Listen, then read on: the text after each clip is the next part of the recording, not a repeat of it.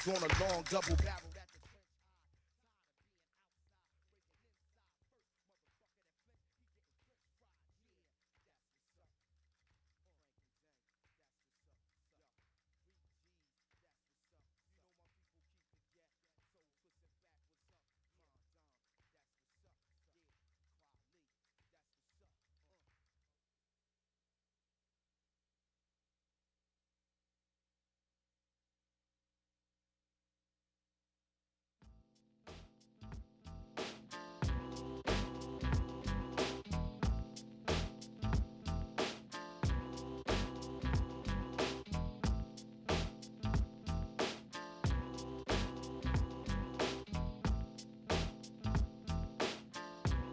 He is turning over the tables in the swamp.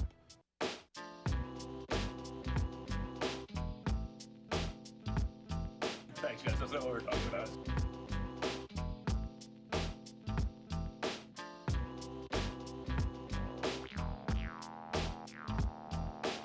It's like being, really, like being gay in the 1950s. What do you think about that? Do you even care? Who's laughing now, Sam? This is so deep. It's a deep state.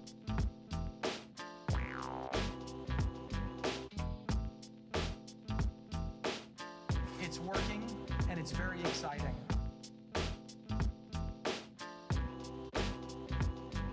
Please don't try to talk over me, which is what liberals do. And what is Aleppo?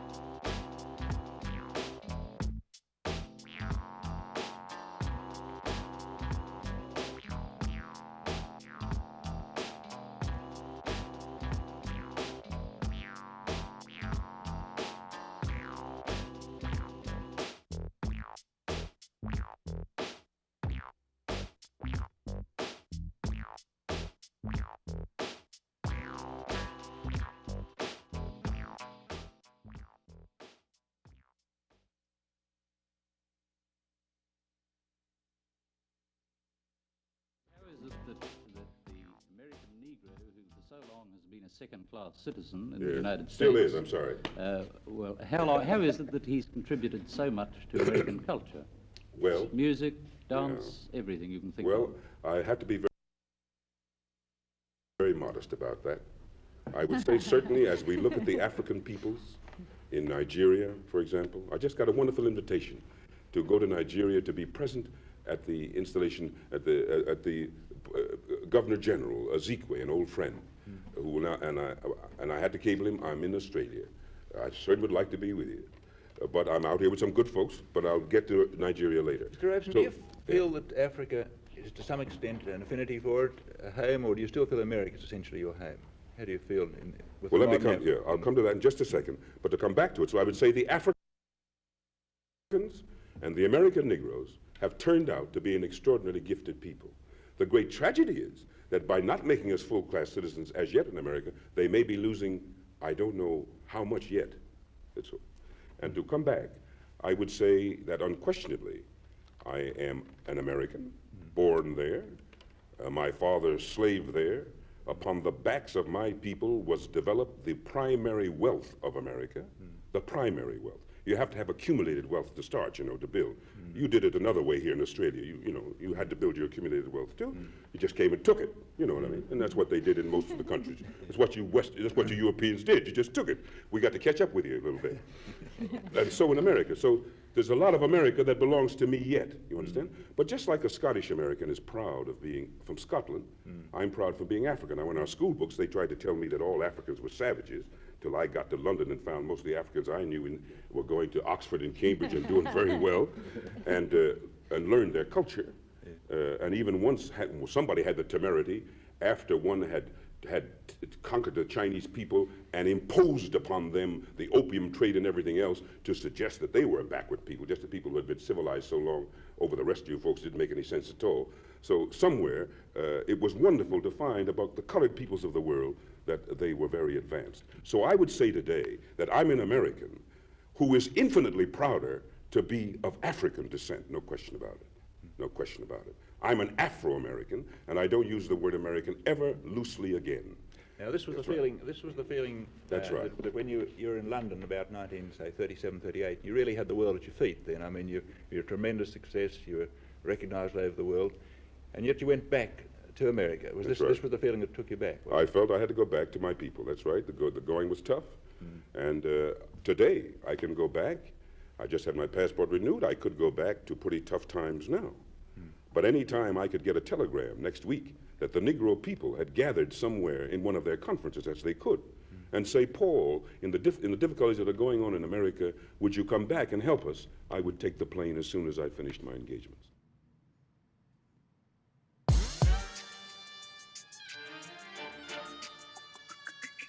Welcome to the Michael Brooks Show. We're broadcasting live from Brooklyn, USA, where left is best, as it is everywhere else, with substitute super producer Brendan Finn. Howdy, folks. Chief economist David Griscom recovered from an incredible beating that we're going to play later. How's it going? I'm doing all right. You doing all right? You no cracked ribs or anything? You doing all right, buddy? I'm doing some stretches. Yeah, I would imagine so. Super producer David Slavic roaming the TMBS, ever-growing, ever-aggressive TMBS digitosphere and TMBS world. On this week's program, Trevor Beaulieu. He is the host of co-host of Champagne Sharks, incredibly smart guy, friend of show. We're talking about Azalea Banks's Get Out weekend with Elon Musk, and what is the deal with Ben Shapiro and the right-wing meltdown around AOC, plus Lear Cohen, Dame Dash, culture, capital, hip-hop, and religion. We've got a shout-out for another very exciting woman on her way to Congress, another member of the DSA, a gulag that will weirdly warm everybody's hearts. Sort of some incredible queen scumbaggery at work. We've got, of course, warnings on the global financial system and the economic minute with Griscom. And tomorrow, key moment in the struggle against the coup in Brazil as the Workers' Party petitions for Lula da Silva, who still remains the leading presidential candidate and who has been a political prisoner since the spring, to be on the ballot. All that and much, much more on this week's Michael Brooks Show. Let's get it. You take it down, Brendan. Of course, DJ Danarchy, the genius musical impresario behind the TMBS interstitial experience.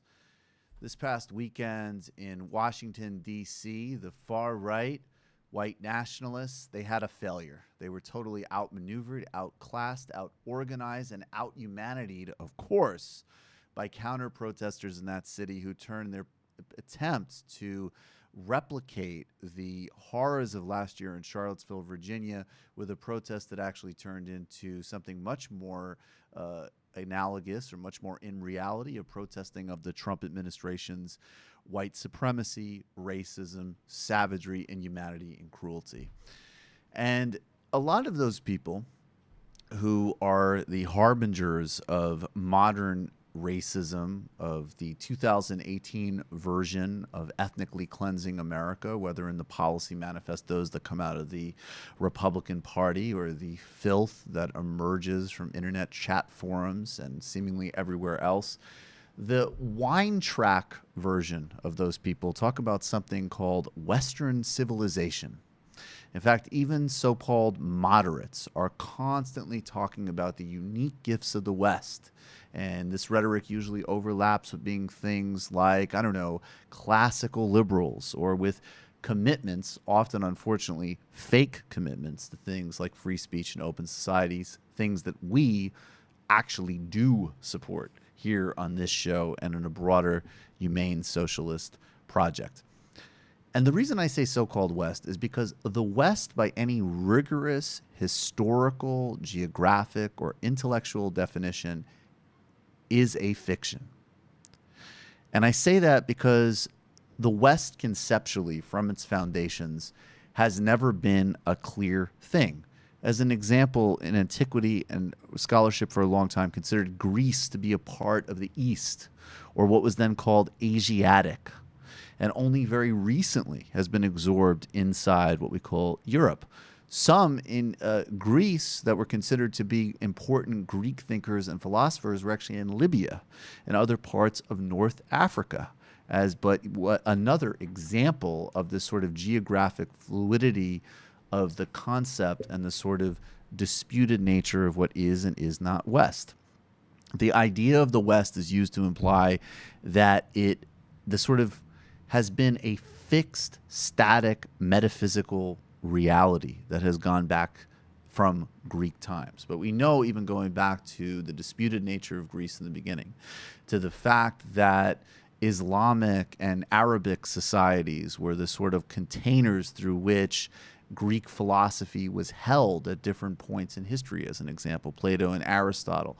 And those ideas were transmitted and physically contained. We know that the Moors were actually a Moroccan group that stretched their influence all the way as far as Ireland, so that this concept of fixed geographic boundaries is, even in antiquity, inaccurate. In modern times, West, of course, doesn't include, and didn't include in colonial eras, colonized spaces in Latin America, as an example, which is geographically pretty far west. The United Kingdom and other great empires scoured the world and engaged in colonialism and imperialism in Africa and Asia. It stole resources, administered colonial governments, and disrupted local forms of economy and governance. However, as we know from scholars like Amartya Sen, who's probably my favorite liberal scholar, those concepts by which we are strong and profound supporters of, things like holding power accountable, open exchanges, systems of intellectual rigor and accountability across the society, can actually be found in traditions globally. There was traditions in China for public accountability, traditions in India, in African societies. There was deep sort of cooperative decision-making frameworks. In the modern era, people in Africa and Asia and Latin America responded to colonialism and imperialism, often through Marxist thought, but Marxist thought that grew and transformed in local conditions and made Marxism a genuinely global tradition. Go back and listen to the conversation with Bill Fletcher Jr. on the Black Marxist tradition. So we have three core areas here. One, there's no geographic or historical continuity of the West. The West is an invented concept, and a lot of the people that people would refer to as the sort of founders of the West were, in fact, Libyan, as an example, and Greece was not in Europe conceptually until rather recently. Then we have a global expansion of imperialism and colonialism, where countries in this periphery, literally in the economic periphery, as we've designed our modern world, are subsumed into Western systems and assigned as other, outside of the bounds of history, progress, democracy, science, and accountability. And that was a political project that lives on today through global extraction of resources, Western corporations, World Bank and IMF, and trade agreements that are written to not favor poorer and vulnerable nations. And three, concepts like accountability, like need to intervene in history to promote democracy, human welfare, and overthrow every type of shackle, whether it be economic or religious, is something that either can be found in traditions traditionally, broadly speaking, with regards to power accountability and public discourse, and specifically in the battles against colonialism and imperialism, systems of thought like Marxism, which people might lazily call Western, were indeed made actual global traditions with Cuban, Vietnamese, South African, and various other variations.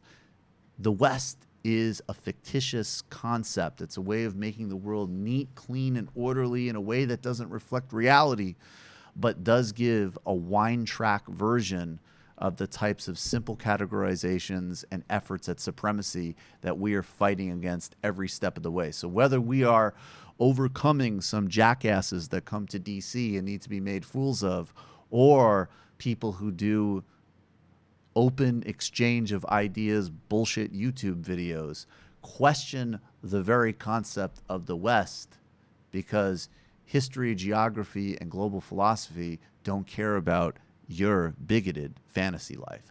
Guys, jump in here. Griscom, you're chomping at the bit on this one. Recovered from the injuries. I keep teasing this. I was shocked when I watched this video we're going to play later. We'll have to save that. Brutal. It's going to happen right before your economic update, buddy. I'm sure everyone's going to enjoy that very much. They are. My family and loved ones, not so much. Aww. Aww. But the concept of the West is one that is pretty funny, because when you start to ask people about which nations are included in the West, and you really start to push them, and they start talking about countries like Australia or South Africa, right? It starts to become very clear by what they mean by a Western tradition, right? which is a white tradition, and right. I would just add that, especially with this idea in philosophy, it's something that's always really funny when people start talking about Western philosophy, looking at the interventions that places outside of Europe had into what would be quote unquote Western philosophy. To think that someone in England reading, well, actually even better, think about somebody in Detroit, Michigan reading Hegel, right, has some kind of more claim to this history of philosophy than somebody in Algeria is pretty hilarious. And right. This idea of a kind of uniform Western tradition. I mean, we could talk about Western tradition as Beethoven or I don't know, problematic Wagner, right, something like that. But then you're it's a big also Wagner fan. Griscom really likes Wagner. Yeah, we'd be careful with that one. But he loves it. But it's Loves also KFC and reality television shows, and it's just the continuity between these concepts is so vast that to try to package them into this nice kind of very academic veneer that a lot of people do when they talk about Western culture, Western cultural values, which are under attack, is bullshit. And then just as a final point, you look at things when people the most liberal, the most progressive people, when they talk about Western values, they're meaning liberal capitalist democracy, right? Well, let's look at one of the most Western European nations, Spain, which throughout the last 100 years was basically run under military dictatorship. Right. While a nation like Japan had an actual democracy, or South Korea had a democracy. Yeah, they've transitioned into those are kind of traditions. It's particularly South Korea, pretty robust democracy. And after of course, society. to be fair, after of course breaking through a horrible military dictatorship as well. Right. But to try to make with this the kind of backing of the United States. Yeah, of course, Right. exactly. So try to making this continuous claim about Western tradition, Western values, Western culture is is really erroneous in the first place. So we should be careful about it, because it not only implies a unity, but it implies a fairly dangerous unity of white supremacy, of colonialism and imperialism. Which, at least for me, whenever I use that tradition, Western tradition, that's typically is more what I'm drawing from when I'm talking about in a critical way, talking about the Western tradition. Substitute super producer Brendan Finn. He's a scholar. He's a very well-read gentleman. He has a thought on many things, usually which he whispers Svengali-like in the background, but he's on mic today on TMBS. Brendan, your thoughts? Folks, I'm just going to start this off by saying that I am no Matt Leck. Oh, stop it. No Leckian insights from me. But I do recall, and I don't want to sidetrack this, so just kill it whenever you want, but I recall Angela Nagel actually pointing out that, while we do have to take these Western chauvinists at task and say, oh, you guys are basically just dog whistling for white supremacy or something to that extent, racial superiority, there is a series of events that are going to happen where Western cultures are, kind of in, going away. And, they will be outnumbered. We will become a global community. And the question then becomes, how do we remember these histories, these people that aren't going to be here anymore? And the fact of the matter is Western cultures are very bad at maintaining others, cultures or anything of that sort.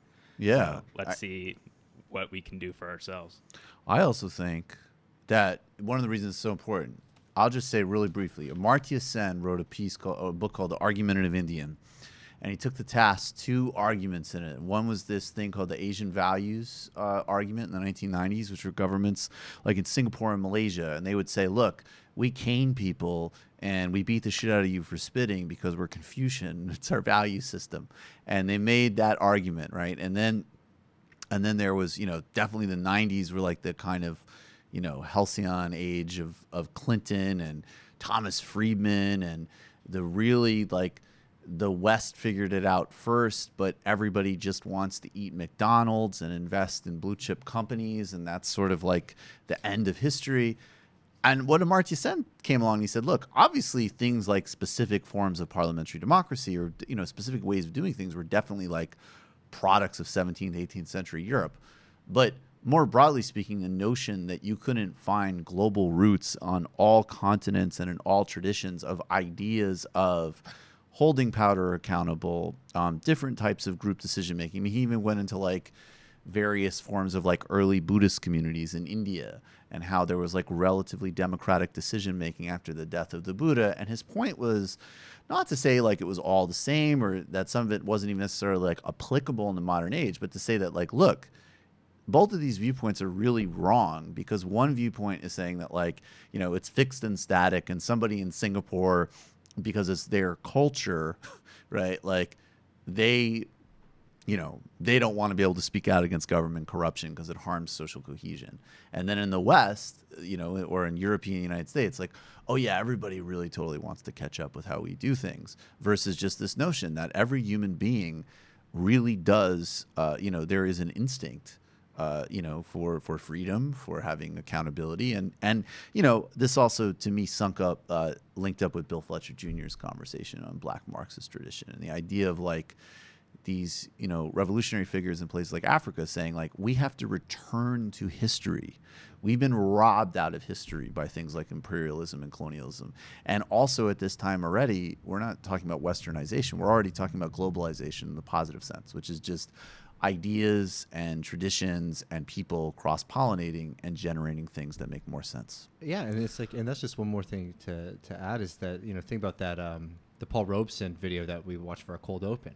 Which set the stage for the this conversation. When he says, that's how we do, motherfucker.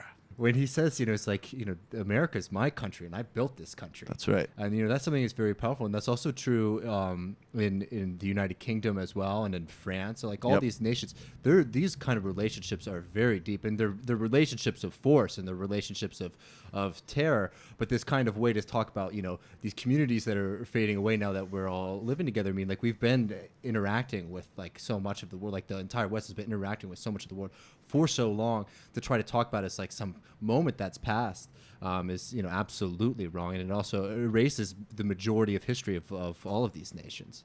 I'm picturing like the IDW twerps that sometimes happen upon this show, just like that's wrong. It's factually inaccurate. The West. Ben Shapiro. Why won't Alexandria Ocasio-Cortez debate Ben Shapiro? I'm gonna go masturbate around her now. That's my IDW fan voice. It's pretty good. Yeah. He might be a patron. Well, if he's a patron, then he's great. Remember, there is a patrons are good rule. Being a patron of the show means that you support the free exchange of ideas. Yeah, that's true. There's been a handful. There's some patrons who I know disagree on any number of things, but just like the quality level. Can't argue with that. Can't argue with that. All right, guys, it's Lula time. And look, let me just say, I'm not drawing a direct comparison. It's a different situation, but people ask me why I talk about this so much. I think like, I don't know. Why would you talk so much about, we'll get to that footage in just a second. Why would you talk so much about, I don't know, Nelson Mandela when he was in prison? All right. I'm not saying it's exactly the same thing before people freak out. It's definitely not, just in terms of like literally the amount of time and where they were coming from, and Lula having already served as president. But the reality is that this guy was put in jail during Brazil's military junta years because he was a labor union leader. He came from absolutely nothing to become president and really arguably be the best president in modern politics in terms of what he delivered for his people. And it's not just that Brazil's rightward shift has stakes for the United States. Okay, so going back to 2009, when the Honduras coup, which removed Manuel Zelaya from power, and the Obama administration and Hillary Clinton, at the very least, looked the other way on, if not, in Clinton's case, were fairly complacent with, to the fact that Bolsonaro, who is polling second to Lula, after being imprisoned on the flimsiest of evidence and being kept from speaking to the public, still leads the polls. He is the leading candidate for president in Brazil, hands down. The second to him is a guy named Bolsonaro, who has talked about the reason that Brazil has problems is because of Africans and indigenous people. He told a woman journalist that she wasn't good enough looking to rape. And his son recently took a picture with Steve Bannon and said, essentially with a caption of like, we have the same politics. And Mattis is in Brazil right now talking about heightened military cooperation with Brazil. Brazil is a regional power in Latin America, and this story matters in and of itself, but it is globally connected to whether we keep syncing up hard right neoliberal to potentially literally fascistic regimes, or we begin reversing these things. And Lula is not only was an incredibly successful president, and not only is the case against him unbelievably questionable, he's also of those movements like the Landless Peoples Movement, the Global Union Movement, which is why he has support from everything from NUMSA in South Africa to the AFL-CIO here. So it really matters. And tomorrow, the Workers' Party is going to petition the Supreme Court, which has denied, Lula's right to habeas corpus, which has sentenced him to prison before any of his appeals have been exhausted. And he has been, as I say, sentenced in such a manner where nothing has actually been proven. This is all conjecture and part of a much broader corruption investigation, which has dug up much more serious things about things like the current president who is serving right now, talking about bribing people. The Temer government has instituted a mass austerity program, which has meant that Brazil under Lula, which eliminated hunger as an example, is tumbling right back down in UN indicators. So let's play. Yeah, we can play the footage now. But Lula, in addition, this is some footage of Lula. So the petition is tomorrow, and today in the New York Times, Lula published a column called "There's a Right-Wing Coup Underway in Brazil." And he writes, 16 years ago, Brazil was in crisis. The future was uncertain, and our dreams of developing into one of the world's most prosperous and democratic countries seemed imperiled. The idea that one day our citizens might enjoy the comfortable living standards of our peers in the Europe and Western democracy seemed to be fading away. Less than 2 decades after the dictatorship ended, some wounds from that period were still raw. He goes on to talk about getting elected in 2002 as the first labor union leader elected president in Brazil. And he says, here's some of the things that he did in his 2, and again, very moderate terms. The minimum wage was increased by 50%. Our Bolsa Familia program, which insisted impoverished families while simultaneously ensuring the children received quality education, won international renown. We proved that fighting poverty was good economic policy. And then he talks about how our progress was interrupted not through the ballot box. Though Brazil has free and fair elections, instead President Dilma Rousseff was impeached and removed from office for an action that even her opponents admitted was not an impeachable offense. Then I, too, was sent to prison after a dubious trial on corruption and money laundering charges. My imprisonment is the latest phase of a slow-motion coup designed to permanently marginalize progressive forces in Brazil.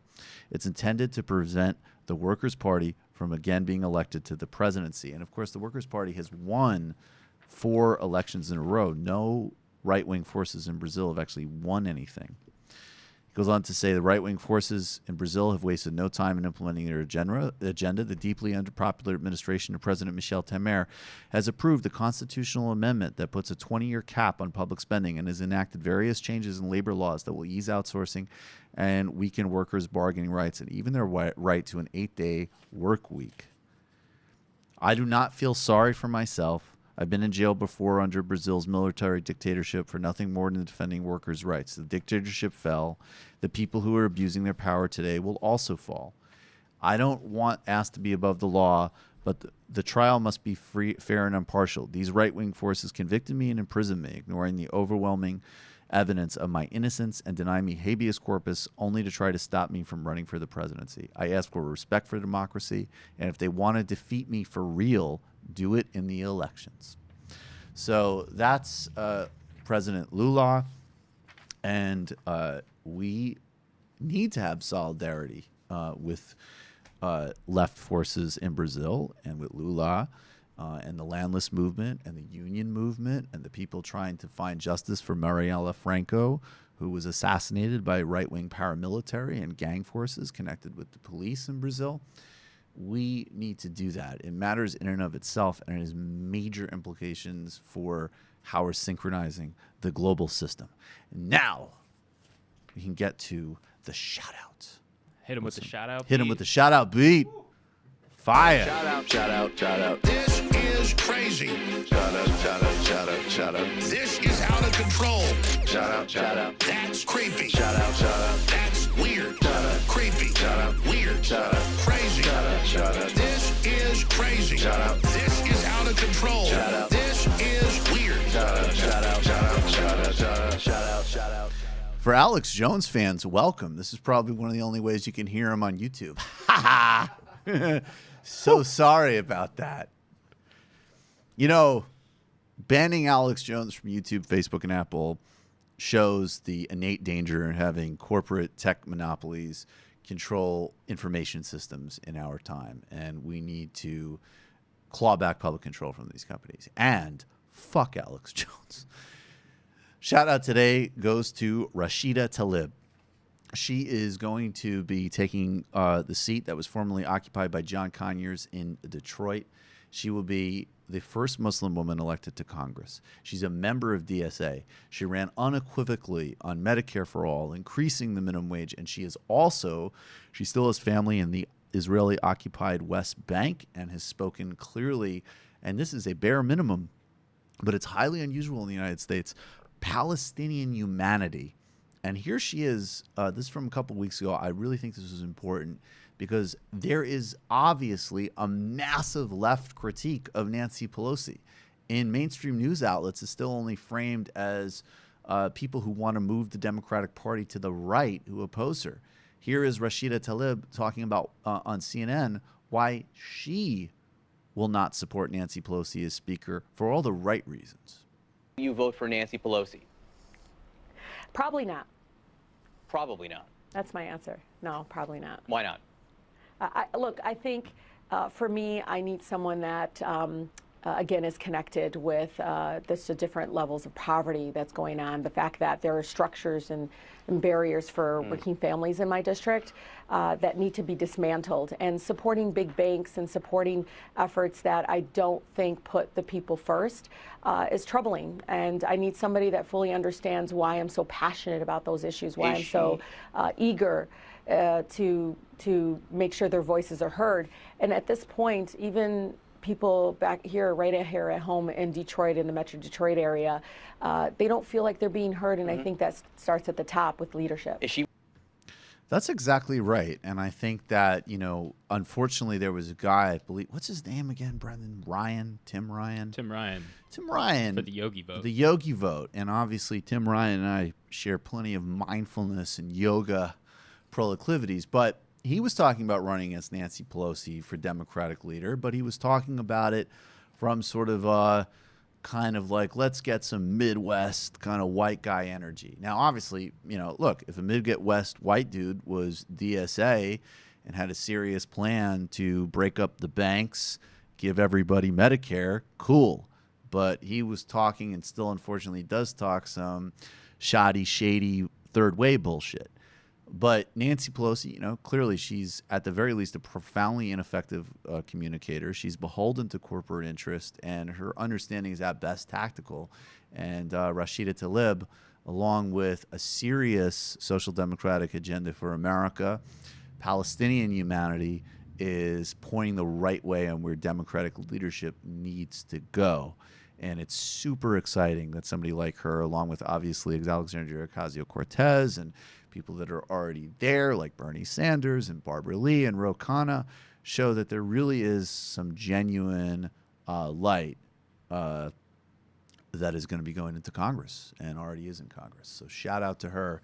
I think,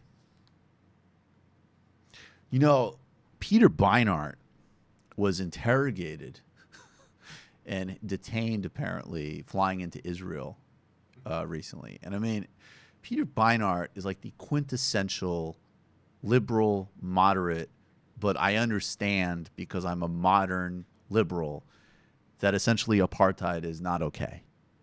And now he is being, as a very well-known journalist and a guy who writes for Haaretz, being targeted. That shows you, I mean, again, if you need any more of just this sort of never-ending evidence about the nature of modern Israel. But in the United States, having someone like Rashida just being like, even with down to the Michigan accent, it matters for, again, literally injecting the idea that Palestinians, and I guess also, frankly, Muslims, are human beings into the public, discourse. I mean, obviously, I'm sure that the conspiracy theory and the lies and the meltdowns about her are already starting in earnest. Yeah, I mean, without a doubt. But I think the fundamental factor is that there is has definitely been a shift in the debate nationally, and it's something that's really important, especially for the Palestinian struggle, because the United States is so involved that if you're a Palestinian, there is a part of you that has to look for support eventually coming from the United States if you're to deal with this issue, because we press our thumbs so heavy on the scale to allow this apartheid state to continue its ways and of oppressing people in a really horrific way. I mean, completely in the international community, where Israel's really has effectively isolated themselves from even fairly center right wing European states can't even handle the kind of stuff that's going on in Israel. David Cameron, the UK Prime Minister, called Gaza an open air prison. Which is David Cameron, a guy who fucked a pig's head. The guy who fucked.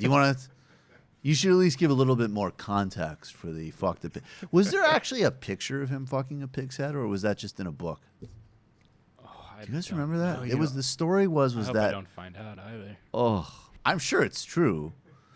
I mean, no, because it was a story that was part of some, because David Cameron's family literally goes back to his great granddad could have been the sheriff of Nottingham or some shit, some real crazy UK stuff. And the story came out that as part of some partying at Oxford or some initiation for some social club, there was a pig's head, and he inserted himself in it. He had to be the bloke that. He had to be the bloke. Well, I think that they all had to be the bloke. That's what I can't remember the stories of. I think you guys do have computers in front of you. You could just basically baselessly speculate. We'll never know. Or as much as we criticize the big tech firms, they do have some. It's kind of nice that there's ability to look things up. While you're looking it up, you guys can totally baselessly speculate. That's totally fine. I just actually want to know this story now because I forgot about it. Oh man. David Cameron and the pig's head. Piggate. Piggate. Okay. All right. Yeah. Read. One of you guys read Piggate. Refers to the anecdote. I just have to say, this is the first time on this show I've ever genuinely felt like I should have done a trigger warning before content. I apologize. Okay. This is back to former UK Prime Minister David Cameron supposedly inserting himself in a dead pig's head when he was at Oxford. As a student at Oxford University, former British Prime As Minister. A student at Oxford. You should almost go to the Wikipedia. Okay, go ahead. Former Prime Minister David Cameron inserted a private part of his anatomy, which is the most polite way to say fuck the pig. His anatomy. Into the mouth of a dead pig, which I guess is an important distinction. As part of an initiation ceremony for the Piers Gaveston Society, the pig's head is said to have been resting on the lap of another society member during the act. Ew. Yeah, I think it. What else? I guess it came out. Did he release his anatomy? Oh, eventually, I'm sure.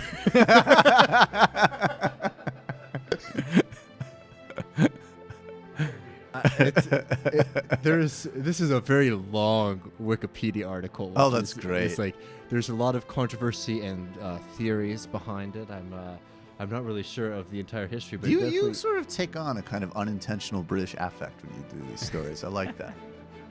There's a lot of controversy. I guess it's aspirational. Yeah. This might have to be an illicit history after dark. An illicit history after dark. Welcome to a Michael Brooks show, illicit history.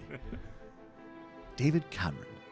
I would in probably an Adam Curtis sort of effect. Like, we live in strange times. And then a funny thing happened. David Cameron put his member into a pig's head.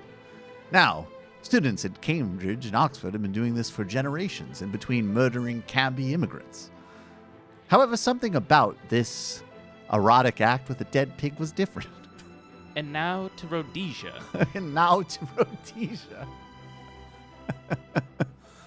And we all went along. The Oxford students put their anatomies in the pig's head, and life was simple. But not anymore. Talk about the decline of Western civilization. Exactly. Those are the same people that were literally inventing the concept of the fictitious idea of Western civilization so they could colonize Kenya and India, were the original guys sticking their dicks in pigs' heads. Come on, David, you cannot allow this tradition to fail. That's can't allow this tradition to fail. That's the thing that's just so fucked up. Oh, about white all people are these trash. chauvinists. Yeah, I am like, you got it's like. But they did it in tails is the thing. They were wearing They were totally. tuxedos. He was wearing They probably were literally wearing like tails with like cutouts. It was like inbred aristocratic, like the full Monty. Except instead of like stripping to save a coal mine, they were stripping to F dead pigs. Yeah, I mean, I hate. Look, essentialism is just a winning. Like, essentialism just sucks. It's wrong. It's historically, intellectually weak. It's not going to get us where we need to go. Woke culture is trash. All of these things stipulated. And sometimes you do have to just sit back and just be like, white people are trash. Like, everything from like, some fucking troglodytes at a Trump rally, be like, oh, fuck you, Trump, to like take it to the complete opposite end of the scale. It's like, oh, tonight we insert ourselves in pigs. Like, what the fuck? Jesus. Those are real moments where I'm like, I'm Jewish, okay? Like, I am not on this plain white people shit. Okay, like, as far as I know, as horrific as Israel is, I've never heard, when it really becomes itself is when like the story that like BB's son is gonna have to like put his dick in a pig's mouth, and that's when it will. Well, that's also like fully sacrilege too. That's true, but they're secular. They're the secular. They're not even like the. I don't know. Put their dick in a. I don't. Something that would be offensive to Muslims, like a goat's mouth or something. I don't know. I mean, if it was Hindu, it would be a lot easier. The obvious would be the cow, right? We could build out this whole spreadsheet. We could. For patients, though. They probably literally did build out a spreadsheet at Oxford. I also remember this would be another, Boris Johnson, who's another one of these, mega scumbag, like real old family British Tories. There was one recording that came out where when he was a journalist, a friend of his from Oxford was essentially involved in some type of like financial shenanigans or something, and another reporter was writing about it, and the guy called Boris Johnson up to just be like Boris, he's just horrible, like, can we hire somebody basically to attack him or something? And Boris is just like, what are you talking about? Like, how? He goes, oh, well, nothing, no death, just some cracked ribs. He's just like, I'm truly in a horrid situation. Like, this is like a literal. And just like the Boris Johnson line is totally just like Well, if you're talking about killing him, like that's a sticky wicket. But I mean, yeah, sure. Oh no. You know what he said? He said that when Boris Johnson's asking him like how far it's gonna go, he goes. Oh, I mean, not killing anyone. Nothing more than we might get in a rugby match. I'm literally talking about hiring a guy to jump a journalist, and it's like, oh, yeah, nothing more than you get in a rugby match.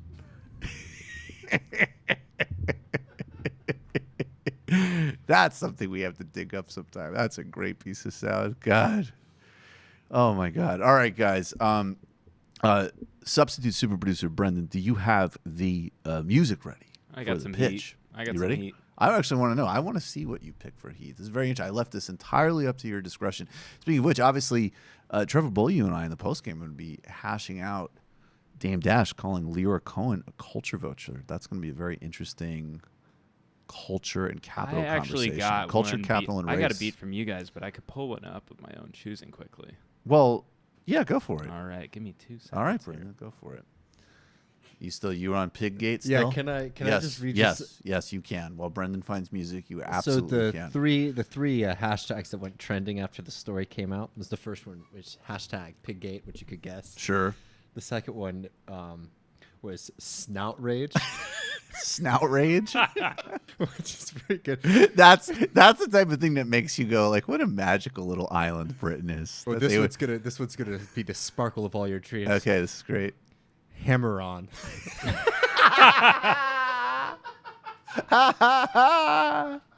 Yes. Yes. That's the British snark I was looking for with Brexit. I Right. mean, Great Britain was right there, man.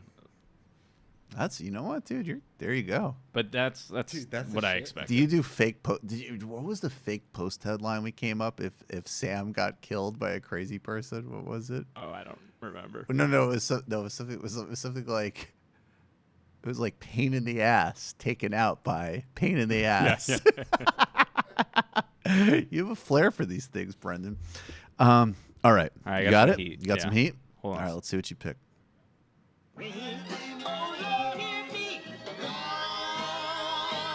This is a very interesting. It's good. I don't know, I don't know if it flows for pitch. I don't recognize it. I had to shout out fellow Jersey man, Just Blaze. Just Blaze. I mean, I love Just Blaze. I just don't know this beat. J Electronica. Oh, you know what? As is so typical with Just Blaze, it's always like, I have no idea what this is, and then it drops a little bit, and I've definitely heard this. Yeah. All right, become a member of the Michael Brooks Show today. We continue to grow steadily, and we appreciate all of you who have helped us sustain what we're doing, grow what we're doing. We've grown, obviously, with Woke Bros, which I do at Waz. That's available exclusively for TMBS and Count the Dings patrons. There's a few tickets left if you want to see Waz and I at the Count the Dings show at the Bell House in October. Find that information on Twitter. We are still tweeting that out. When you become a patron, there is a massive amount of additional. It's really like you know, Brendan, you are a patron. Thank you, brother. You know, it's literally like 2-to-1 content you get. It's wild, man. I gotta keep up, man. It's a lot of riches. So obviously there's the post game, which you can call in on, and there's a lot of comedy going on in the post game. We play games, we do contests, we do sketches, but there's also a global dimension to do it. Obviously we're playing a lot of sound. There's a cultural dimension as well. The post game is kind of a different, more after hours and very audience interactive show. Then on Sundays, there are illicit histories and idea primers. We just banked one with Gene Bajlan. He's crew. We talked about Jeremy Corbyn, anti-Semitism, the Labour Party, socialism, and Zionism.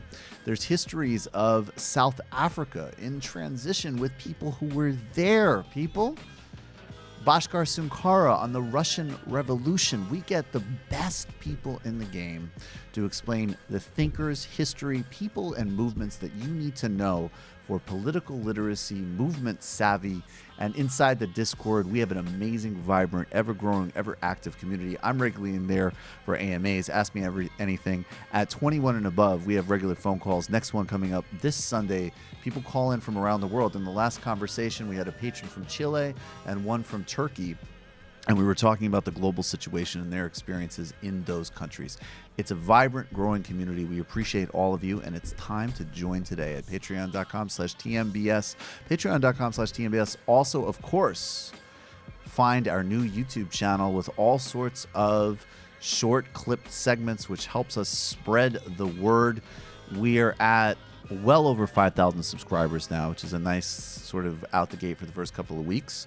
The more views we get on that, and we're doing pretty well. Now most videos have at least over 1,000. We're going to keep ticking those up, and then, at the very least, the YouTube can become, cost neutral because it's another great way of helping to seed content and spread what we do. We need to be winning YouTube for an actual humanist, socialist, savvy as hell, savvy as fuck message. So thanks, everybody. Appreciate it. Patreon.com/TMBS. That was a great beat selection, Brennan. I hope you liked it. That's I all. did. Brennan just crushing it. It's actually good to hear. We've talked about you coming in sometime on when it's just crew, and you hopping in on a post game and giving us some jewels on the mic. I mean, hopefully that one day we'll make that happen if this soft trial goes well. Patrons say, we'll see. We love them. We'll see. Would it be really funny? We should trumpet. Like the patrons are like, no. And then Brendan's like, yeah. And then Brendan's like, can I come back in? And I was like, you're not coming in. I hate to see that. That's, by the way, that's the best part of the Trump Omarosa call is when he said, no, not I hate to see that. He goes, I heard you're leaving. I don't love that. That's so awesome. Totally normal thing to say. Totally normal. It's just the guy can't even be a fucking predator scumbag properly. Like, he can't even be, like, his whole brand is I'm the massive asshole who fires everybody. And he can't even in his own personal dealings, even as a fucking racist sexist, he still doesn't even have the ball. Like, he still wants so desperately to be liked that he can't even just be like, yeah, you're out. He has to pretend that, like, his hands are... It's unbelievable. All right. Speaking of unbelievable, let's get to the gulag. And I think, actually, Brendan, you have some fresh heat for this segment as well. It's coming right out the oven, folks. Right My out. God. God damn, I hope the comments are good. I hope the comments... Pray to God the comments are good. Bless me with these comments. Bless him with these comments. I actually think every time Sam does an addition to the studio, I always think of the Dave Chappelle Black Bush thing where they go to Africa to get yellow cake, and there's just like the black dude who's like hanging out with black head of CIA. He's just like, pray to God you don't drop that yellow cake. And every time I see Sam drilling something, I'm just like, pray to God that don't fall. Pray to God that don't fall. Pray to God Sam's new little experiment doesn't injure somebody, including himself, by the way. Yeah. All right. Seriously. Let's do this. All right, guys. It's gulag time.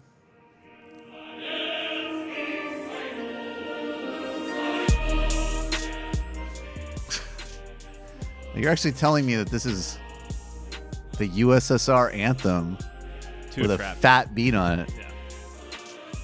I like that. I was always wondering when Stalin was going to meet Fetty Wap. And now I have my answer. I appreciate that. Guys, sometimes these gulags are they're just beautiful. There's a guy in Queens in Ozone Park. His name is, Sam Esposito. The way this print is printed, the top is cut off, so I only have the guy's last name, and I would feel really bad. But I believe his name is Sam Esposito. If somebody could confirm that with me, that would be great. He's a landlord in Ozone Park in Queens. It is Sam Esposito. Thank you, Brendan. And according to the New York Post, he is staging a hunger strike. Now, you might ask yourself, why would a guy who is a Queens landlord be having a hunger strike. Now, theoretically, you might say to yourself, hey, this is one of a handful of New York real estate owners who aren't absolute scumbags. That might occur to you, but then you would remember this is the Gulag segment, so that's probably not true. This guy's probably doing something really bad. But then you think to yourself, I mean, let's think about hunger strikes in history, you know? Gandhi risking his body to overthrow the British Empire, and then again fasting to combat communal violence and extremism between Hindus and Muslims in a newly independent India. A struggle that would actually end in his assassination by a far-right Hindu. That's the tradition of hunger strikes. So what is Sam Esposito protesting? Well, funny you should ask. He is protesting the construction of a homeless shelter in his neighborhood. According to Esposito, and this is now from the New York Post, I don't feel lightheaded. I took my blood pressure and it's fine. Esposito said he lost 12 pounds since his hunger strike started. He and some friends were manning a table where they asked passerbys to sign a petition against the shelter. Shade from the tree and a fan made from the heat, which peaked to 93 degrees on Friday, were bearable. You know what isn't bearable? Being homeless. Esposito also set up a tent where he sleeps at night and rents a portable toilet. He plastered his 4 cars parked in front of the shelter building with anti-shelter signs. And politicians have also railed against the shelter. This is an administration that does not listen. So we have a resident going on a hunger strike, said State Senator Joseph Adabo. It's absolutely unacceptable that these individuals feel that's the only way they can gain attention on this issue. Esposito has 27 units and is not protesting to protect property values, but to ensure safety. The facility will help homeless men with mental health issues and have a facility instead of a hotel that they've been using. We're moving forward with opening this facility as soon as possible to give homeless New Yorkers the opportunity to be sheltered and closer to the communities they call home before winter approaches, Department of Homeless Services spokesman Ariana Fishman said. Esposito pled guilty in 2014 in a misdemeanor in connection with a massive Social Security fraud scam in which his father, Joseph Esposito, was one of the ringleaders. Esposito, who's been on bad terms with his dad, didn't go to jail. I've never stopped being involved with the community, Esposito, former board member said. I have no idea. Not everybody who passed Esposito on Friday agreed with his message. I think it's kind of get messed up, Yohara Corona said, as she puts the child in a stroller. I don't think that homeless people are going to bother anybody. To which Esposito said, that's part of the de Blasio fucking homeless agenda. And I, in the great fucking tradition of that fucking bindi durag, fucking vegetarian cocksucker Gandhi and others, will not be eating any Big Macs until they make sure they don't open up this fucking shelter. And by the way, I've lost a lot of weight. Before we sentence him to the gulag, where he can definitely continue his fast as far as I'm concerned, I want an over and under on whether or not we believe that he's actually fasting. And I'm just going to start with a flat no. He's maybe actually made some much needed interventions to eat a bit healthier. Brendan, thoughts? Is this guy actually fasting? I mean, we got to define what fasting is first. Well, he said he's only coffee and water.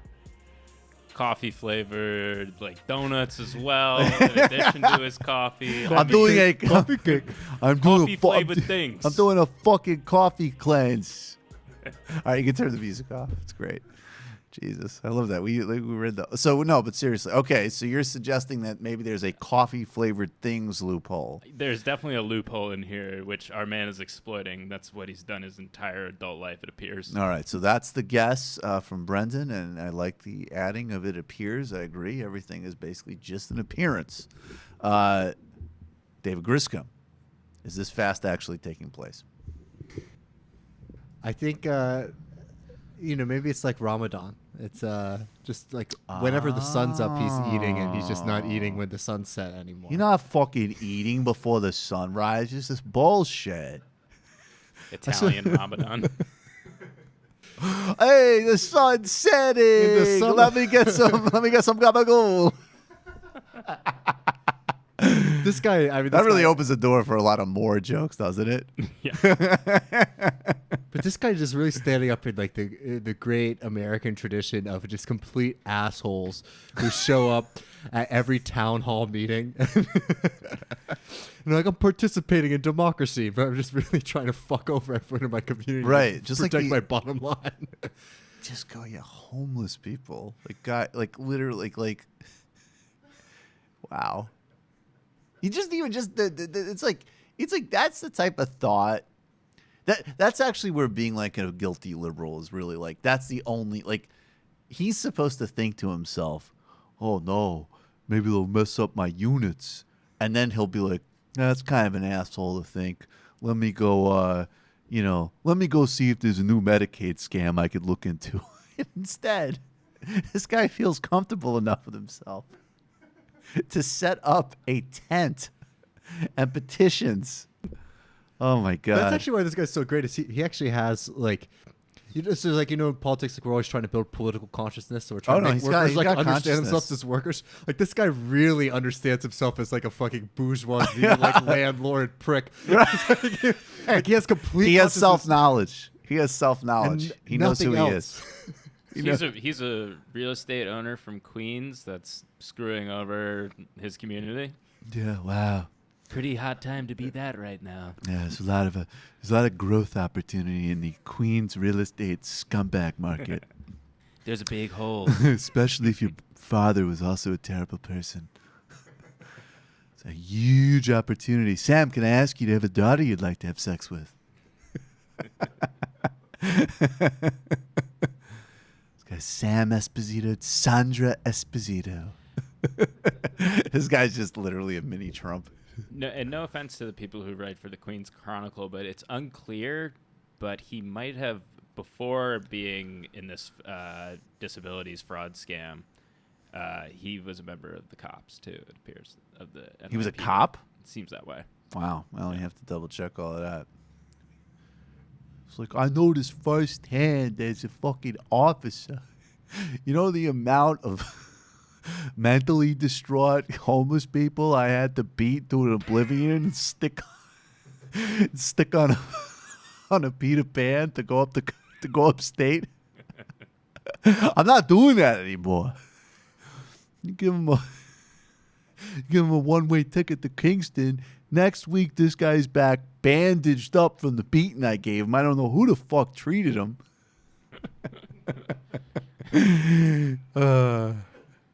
I got out of the business. All right. Speaking of beatings, we have an economic update to get to.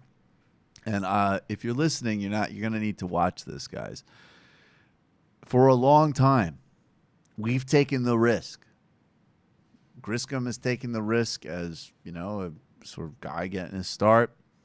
I've taken a risk. Essentially, it is like the mafia. I'm essentially like, Griscom's in my crew. And he's a fucking wild young hothead who wants to take shots at the crown. And, frankly, I think in some ways this is the ethos of the show. It fits. You can't find it? So, but as I read after basically almost every segment every week, Richard Wolff, who in all seriousness has the Economic Update podcast, which is a great podcast, which everybody should subscribe to and listen to in addition to this, and is along with David Harvey and Slavoj Žižek, have held the flame of so many important radical and Marxist ideas. But that being said, Richard Wolff is Prof. Wolff, at Prof. Wolff on Twitter, has been extremely pissed by Griscom's little attempt to enter the communist economic update market. And he's tweeted things. Even last week, he was quoting Pulp Fiction. It was getting really disturbing. And apparently this footage, I have no idea how Griscom... First of all, I don't know how Griscom's at a bar with David Harvey And I have no idea how he recovered from this beatdown because it reminds me of Goodfellas. Now, if you're listening, you're just going to hear a Scorsese-style soundtrack. So you're going to need to watch this one.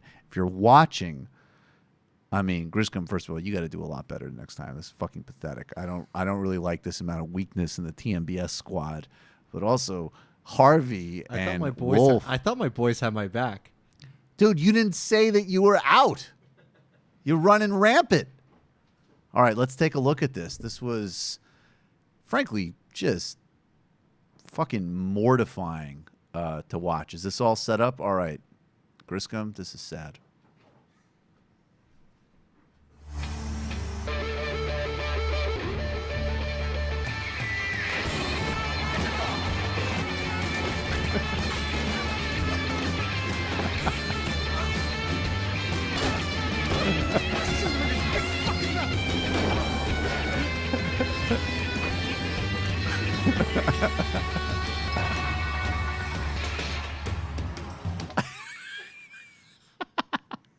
I liked how Zizek looked at you at the end. He seemed like he was contemplating something bigger than you getting your ass kicked by David Harvey and Richard Wolff.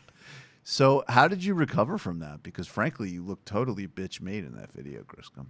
Well, and next time you want to go out to some bar in Queens to mix with the big boys, you got to give us a call so you have a friggin' backup with you because you think like, oh, Mr. Harvey, here's my theory of relative exchange value. And he's like, oh, no, it's very interesting. It's very interesting. All waiting for the bar to shut down, Wolf to come back and beat your ass and make us look like a bunch of punks. It's embarrassing. I thought that Queens was DSA territory, not well, maybe it was DSA territory. Angry Marxist territory.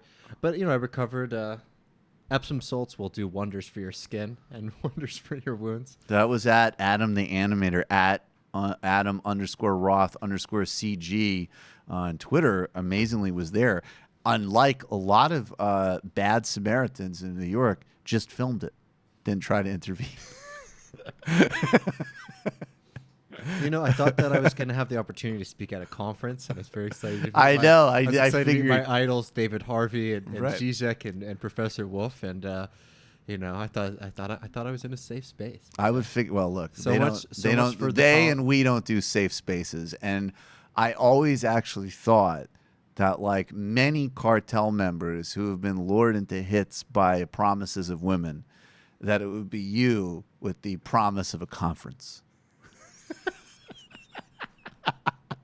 So sad. Pretty sad. Very sad. Okay, Brendan, do we have now, and this is amazing, I gotta tell you, man, though you fought, it was just pathetic. You have a lot of heart doing this. I've been hitting the gym, though. So you better be hitting the gym. I didn't know Wolf moved like that, and I didn't know that Harvey had that kind of upper body strength. No disrespect. I'm not a small guy. Yeah, I was no, that was amazing. Well, you were getting really cocky. It looked like they liquored you up. You looked like you were at the point where you had already gone from, I would be honored, to trying to like negotiate your speaking time on the bill or something. Like you looked like you were feeling yourself. Okay, Griscom, though, showing a lot of heart. He's about to do another economic update, and then we're going to be back with Trevor Beaulieu from Champagne Sharks. Brendan, do we have David's music ready? Oh yeah. Okay, let's go. I like it. Yeah, so with a lot of course, heart, this is BBC interstitial music. It's not David's music, but we use it. No. With a lot of heart and fearlessness. A lot of heart and fearlessness. I'm back. Okay. So, so I just wanted to talk a little bit about pretty much what I've been talking about since we started this economic minute. But the pessimism has spread. Vanguard, a $5 trillion asset management firm, one of the largest in the market, they have adjusted their forecast for the next 4 years.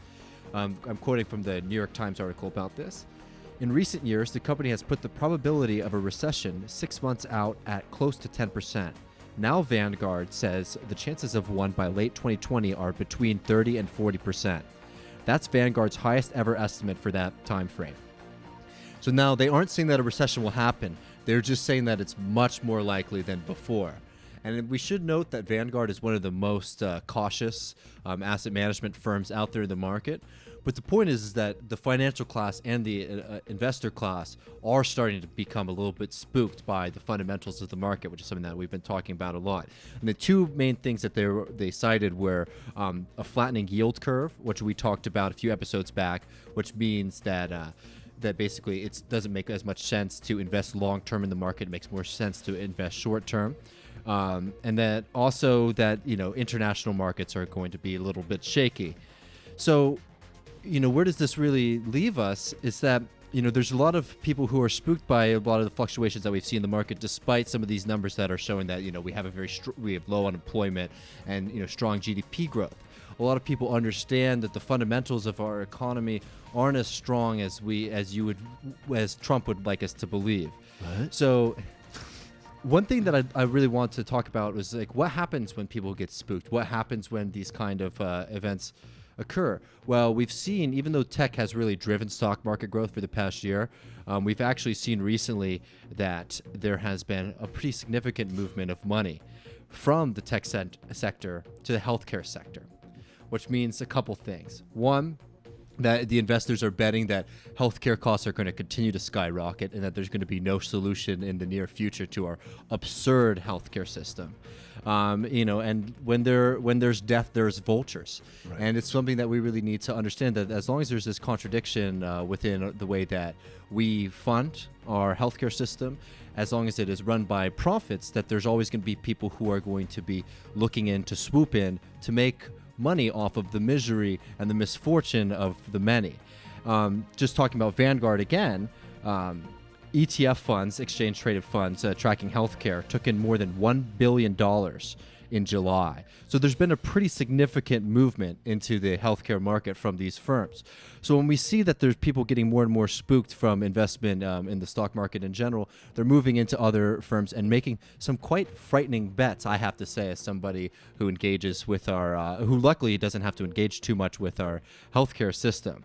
Right. But it's really important that we understand that this fundamental contradiction, as long as there's a profit motive within our healthcare system, there's always going to be people who are, one, trying to profit off of the debt of working people, and also trying to profit off of rising healthcare costs. Now, we understand that we do need to look at healthcare as a very important market in our economy, because we do have a population that is getting older.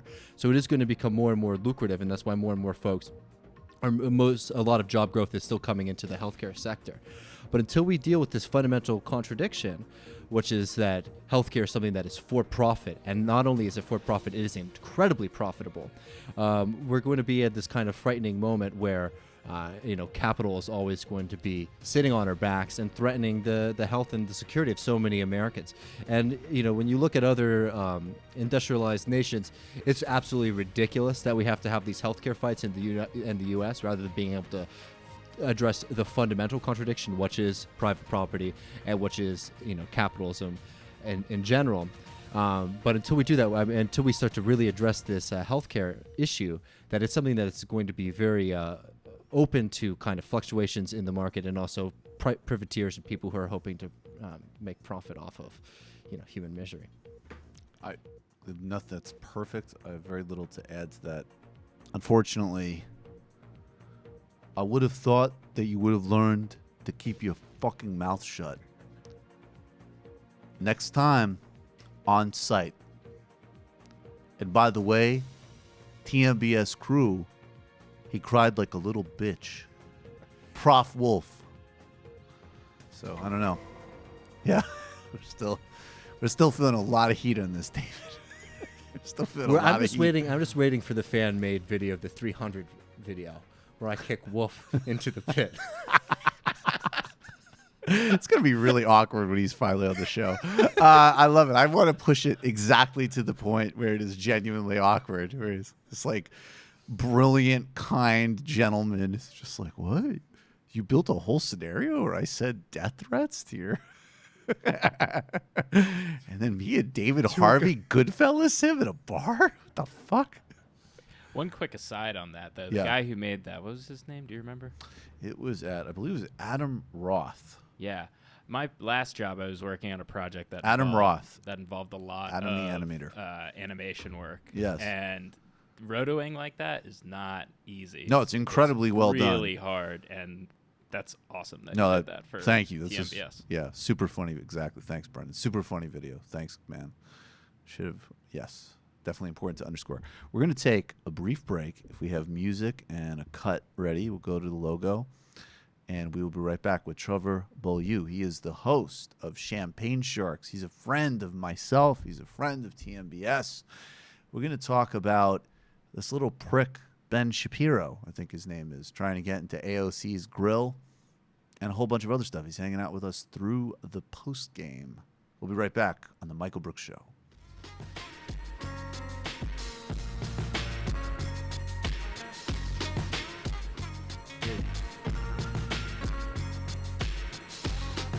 You know, it's something.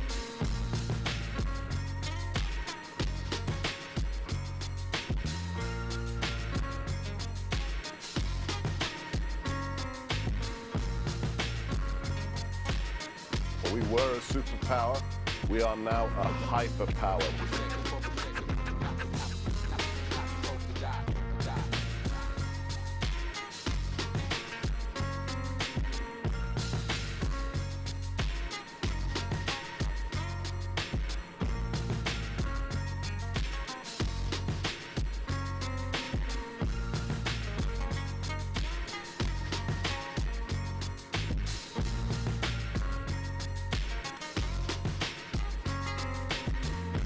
That story is complete garbage.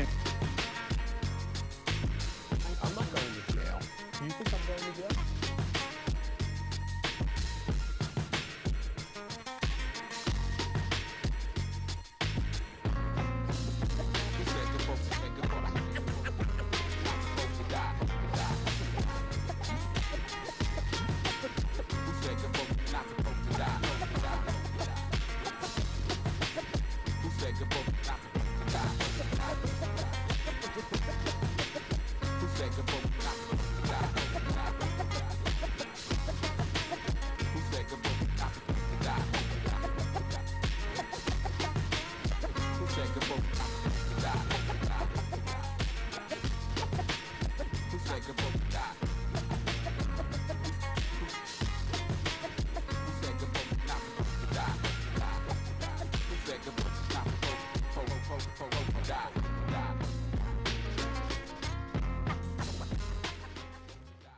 Welcome back to the Michael Brooks Show.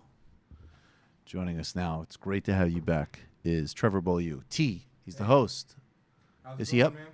Oh, he's all set? Oh, no, don't hit the button. Sorry. Turn it over. My bad. It's just here.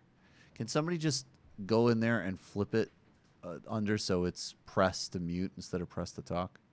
It's underneath. You just click that. He should be fine now. Go ahead. Try it. No, don't touch it. Just try it. Hey. All right, you should be good now. All right, cool. Thanks, David. Trevor Beaulieu, host of Champagne Sharks. Thanks for being here, man. How's it going, man? It's good to have you back.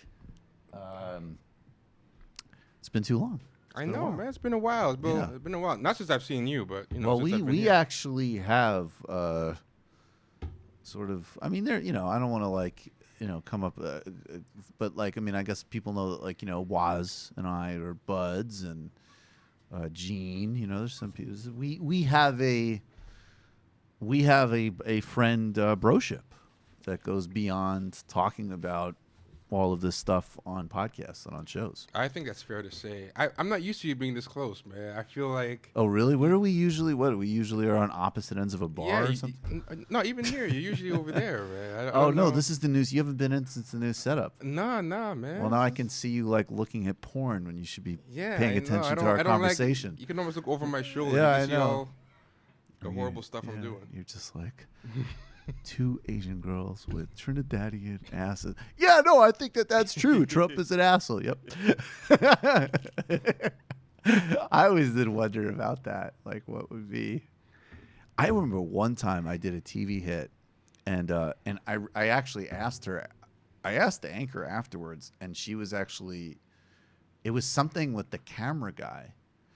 But every time, actually not just when I was talking, which actually kind of helped me a little bit during the segment, but through most of the segment, she's doing this with her hand, she's like, And I asked her after. I was like, was I, you know, because on TV hits you talk like in really tight increments, and I was like, was I going longer than I realized? She's like, no, you were great. And I was like, then what was that? And she's like, oh no, I'm sorry. I'm just like communicating with the camera guy, right? But it was like, that's really distracting, you know. You should be aware of that too, I would think. Yeah, so I'm going to be doing that, and you're going to be looking at porn, and we're still going to pull off some great content. So if I see anything good, I'll make sure the audience knows. Thank you. We're going to get to this Ben Shapiro AOC thing in a second, but first of all, real quick, I'm sure a lot of people who watch and listen know Champagne Sharks, but just, you know, tell everybody again about Champagne Sharks, a little bit about what you guys talk about on that show. I love Champagne Sharks. If you like this show, it's very likely you'll like that show and vice versa, in my opinion. Yeah, I mean, if I had to describe Champagne Sharks, I think it's basically what I always kind of wanted to see in the discussion on race and politics, but like no one else was doing. So I figured, let me just do the show that I would want to hear. And it's basically, we try to see what's going on in the news, the culture, and then do a deep dive that's kind of like counterintuitive, but hopefully not contrarian, like, you know, not just contrarian for its own sake. So, yeah, I mean, it's been received pretty well, and even when it's not received well, it's led to some good shows. So it's... Yeah, you guys definitely leverage off of bad Twitter reactions, but into like actual interesting content. Yeah, but I'm trying to dial that back because right. I'm going to burn a lot of bridges, and I'm not even anywhere yet. Like it's too early to burn. Well, you're somewhere. Well, I mean, some people get it everywhere they go just by burning bridges. Well, I guess that will lead us later when we talk about Celia Banks. But yeah, but yeah, exactly. But you know, it's weird. Like people don't understand what a weird small world Brooklyn is. Like you run into people all the time. Like it's very bizarre. That is true. Yeah. What was I going to say? You and I, a couple weeks ago, I was on your show. We talked about Sorry to Bother You. And, you know, that took us everywhere from, like, the nature of YouTube to the, you know, Cornel West versus Ta-Nehisi Coates. Like, there's... You facilitate conversations that are really entertaining and very pop culture literate and very sophisticated on race. And then they just sort of go... Like, you go all over the place in a way that's like very contained and smart. It's like intentionally all over the place, which is like exactly the kind of conversation I like. Obviously. Yes. So a couple weeks ago, and I'm gonna throw this to you in a second because you had a whole thread on this, and I want you to talk about your impressions of just this whole dynamic. It was about a week ago. Ben Shapiro went out to Alexandria Ocasio-Cortez and was like, $10,000 if we debate. I believe he actually said he would give $10,000 to her campaign, which is illegal. That's actually a campaign finance violation, which is pretty funny. Like, to be like the ultimate pedant debate tweeb, and in your like offer where your subtext is like, you know what the fuck you're talking about, his offer is, how about in exchange for debating me, I engage in criminal activities? And part of the thing is Stans love talking about, like that woman, I forget her name, but who said, oh, of course a bartender from Queens is going to avoid a Harvard-trained lawyer, you know? So right. His Stans love bringing up that he's a Harvard-trained lawyer and like a very basic campaign finance law. It's not even like an obscure one. He whiffs on, he whiffs on in the and Alexandria Ocasio-Cortez, I mean, she said, like, I've learned to, I think it was something effective, I've learned to not, you know, respond to men with bad intentions. And just even before she said it, I remember I was talking about it on Majority Report. I was main hosting that day, and I was like, she has like literally everything better to do than give this little prick unearned media attention. And this has turned into the new frame, because now, like, it's like, okay, you know, Cortez is, you know, she's an inspiring story. She has charisma. She's smart. She's also saying things that, frankly, don't take that charisma to be persuasive to people because they're commonsensical. Like, everybody needs health care. We should have a society that's radically more economically equal. You know, these mind-blowingly obvious things that in those cases, especially those cases, are in fact beneficial to 99% of people. And so obviously there's a positive response, and the only reason we don't have those things is because we live in an oligarchy. So now they have to go to, like, you know, this stuff can't really work, and the way we prove this stuff can't really work is by, insulting our intelligence. And you found this thing. We're going to go to it in a second. This is a tweet which really does capture the conservative mind, because it just is so... It's so dumb. It's so stupid on so many levels. And I'm going to read the tweet, and then I'm just going to have you take off from there and break down all your thoughts about every single part of this.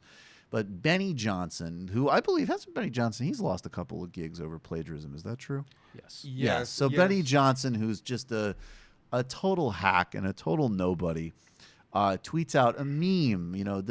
I can't believe this meme is still going on, but this is the the jealous girlfriend is looking at the boyfriend who's craning his neck to stare at another girl's ass. And the way the memes work is it's always, the girlfriend is always one thing, and the girl that the boy is looking at or the girl is looking at is another thing. And in this case, the old girlfriend is Karl Marx's Das Kapital, and then Ben Shapiro is looking at the new girl, which is Wealth of Nations by Adam Smith. I guess the implication of this was that Ben Shapiro had a moment where he wasn't a little conservative wind-up doll or a teenage conservative, and he was a Marxist? What? Break all this shit down, man. I can't even get my head around this. I don't know if I can break it down. I mean... Just the whole thing, though. Everything from the bothering of her to this tweet, because you had a lot of thoughts on this, so just take over. My first thing is, that's just such a bad Photoshop. Yes. And it's like, anybody can do better than that. Like that's the first thing. The head is just off the body. It's really bad. But okay, they're bringing this up. Like Benny Johnson's whole thing on the timeline leading up to this is he keeps making fun of Ocasio for not being smart. And Shapiro himself is doing something in very bad faith, which is what he's doing in bad faith is he's acting like Ocasio literally called him a catcaller. So he's saying stuff like, I don't know what counts as catcalling in Queens, but, I've never catcalled a woman in my life. It's like, no, she's not literally calling you a catcaller. Like, it's literally in the tweet what she thinks the similarities are. She's saying that it's the same entitled mindset that you as a white man are entitled to the conversation or audience or to be entertained seriously by a woman, in particular a woman of color. And she's saying that same type of the world owes me conversation, or the world owes me to be taken seriously, right, whether you're way out of my league, whether you have any reason to be talking to me, whether it's you're even interested, you have to entertain me. That's what she's saying. And of course, he's doing this pedantic thing like, I've never catcalled. That's slander. She's labeling me. She's calling me a sexual predator. It's like, oh, come on. Like, he's either stupid or he's disingenuous. But either way, there shouldn't be New York Times articles talking to him uncritically and just letting him say all these stupid talking points without any pushback. But all these people started running with it too, like, oh, she's so stupid. She's called him a catcaller. He's not a catcaller. And then what he ends up putting up is actually 100 times more stupid. Like, literally, this is the most stupid intervention in this entire debate. It is. And the arrogance, right, and this is like so many like white male conservatives just have this unearned smugness. Right. And like, I think we're all about earned smugness on TMBS. Yeah. I mean, if you're gonna be smug, at least be earned. But nothing's worse than a condescending person who's actually stupider than you. And just really quick, Trevor, I just want a little musical accompaniment because you talked about leagues, and you think that Ocasio's response to Ben Shapiro might have gone something a little bit like this. I don't know if you recognize this beat. Oh, should be good. Ready for this? This could be the dance hall response to Ben Shapiro talking to... Is this Steven Seagal? Is this one? No, this is not Steven Seagal. I was hoping. I love that song. That's when we get 5,000 patrons. Okay.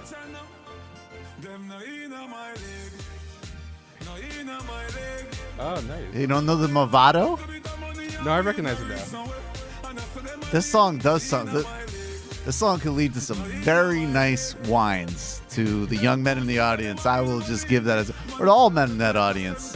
If you put this on, even if you think that you're not like me and you don't like Caribbean music, if you put this on in a party, it can lead to some extremely fun dance situations which require very little effort on your part. Not even a party. She will just do the work. Put it on in a dark basement, and then something will pop up. Well, You maybe won't not. even know. Yeah. Oh, you mean like even if you're by yourself? Yeah. It'll just emerge. A woman will just pop up. You'll just get a fine wine. Yeah, exactly. So, but really, this is what Ocasio is saying to Ben Shapiro. All right. I just wanted to play that song, but I think it kind of worked. Yeah, it did. Yeah. But like, I want to listen to the rest of it. Yeah, me It's too. pretty good. Well, post game. Yeah. All right. Yeah. But yeah, I mean, like, he's so smug and pleased with himself, and then that stupid avatar, it just looks like the guy dumb enough to put this up. Like you just picture him saying it, like from the avatar in the top left. Like, it's such a perfectly stupid, smug avatar. That It's like the platonic ideal. yes, the platonic idea of the guy behind a meme this stupid who would be like smug and self-satisfied by it. I won't subject us to it, but it looks like scrolling through his Twitter feed that he just learned how to take people's heads off and Photoshop them up. Because there's a bunch This of is them fresh that are for coming. Benny Johnson. Well, the next step, well, unfortunately, so if he just discovered it, if his previous career is any indication, he'll get better at this when he takes the next step, which is figuring out how to steal other people's memes.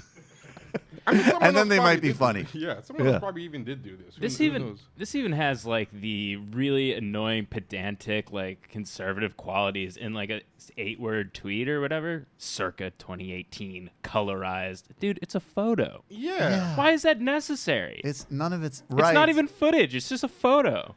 This It's whole like- thing is just like an abomination to meme culture. Although I do have to say, the comedic potentialities of Ben Shapiro, street hollerer, are pretty rich. Oh yeah, that'd be pretty good. Hey, bitch, let me holler at you for a second.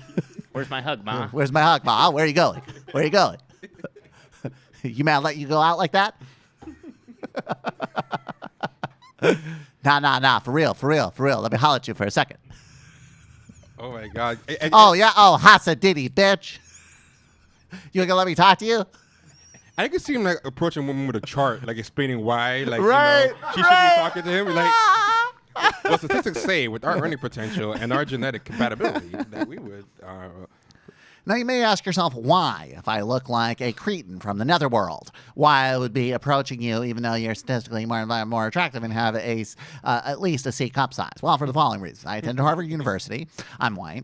I'm a member of a secret fascist organization, which, when we ethnically cleanse the planet, will be handy to be a part of. Or it could be or it could be orthodox. It could be like that's the hottest wig I've ever seen. God damn, you have fine elbows, bitch. Whoa!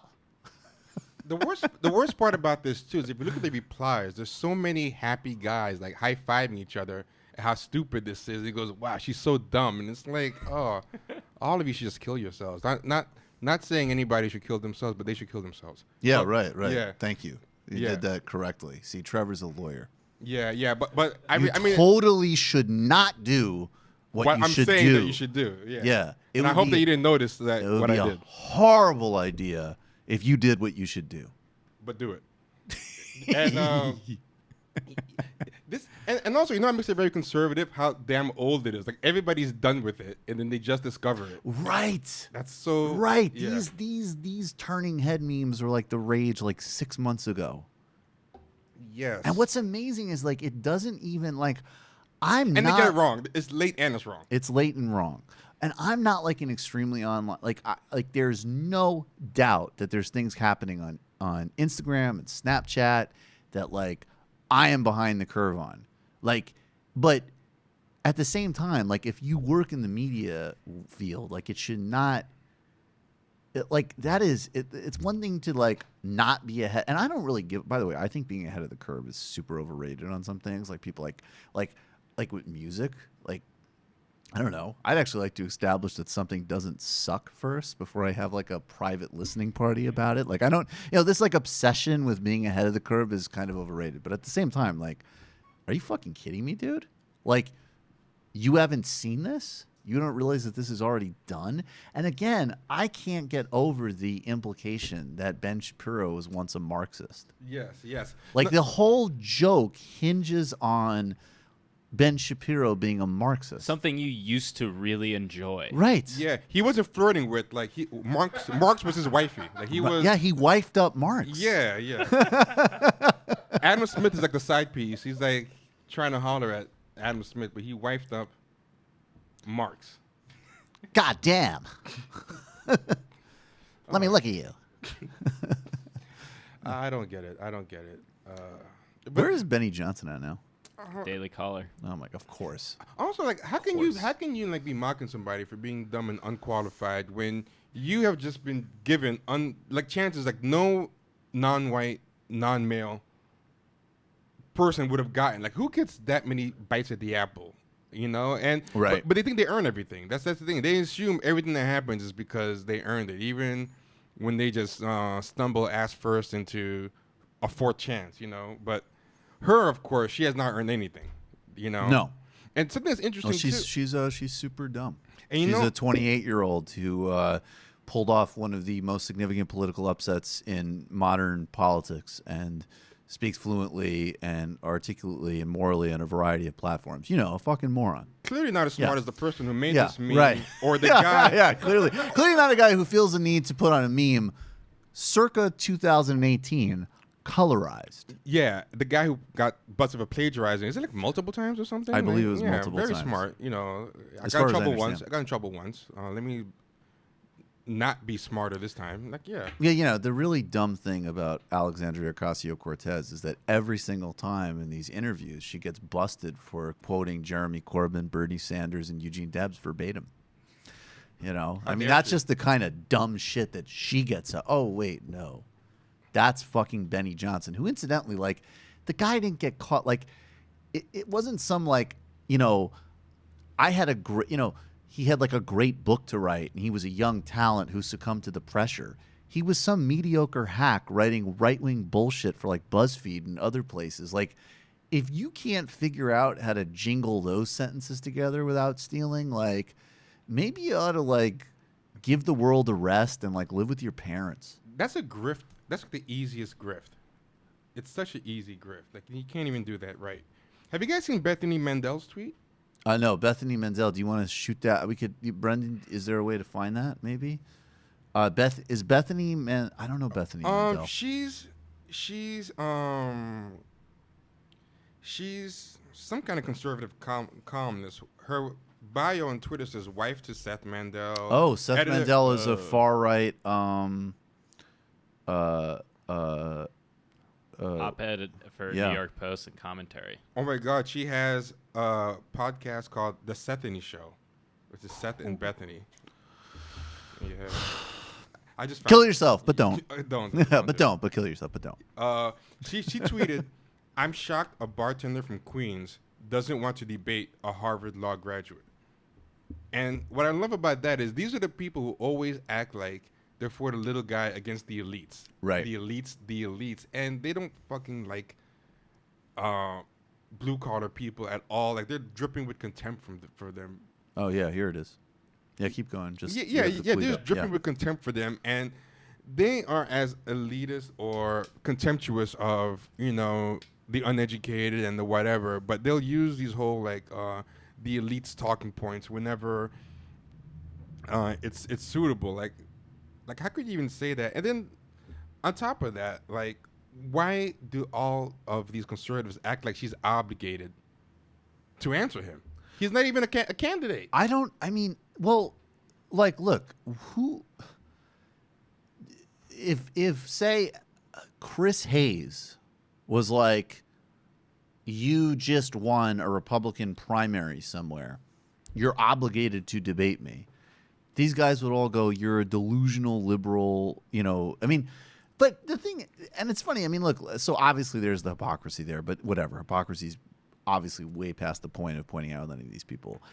It's just an interesting, because like, look, Ben Shapiro's first move makes sense. He's just a media hustler like everybody else, and he's trying to get attention, so whatever, fair enough.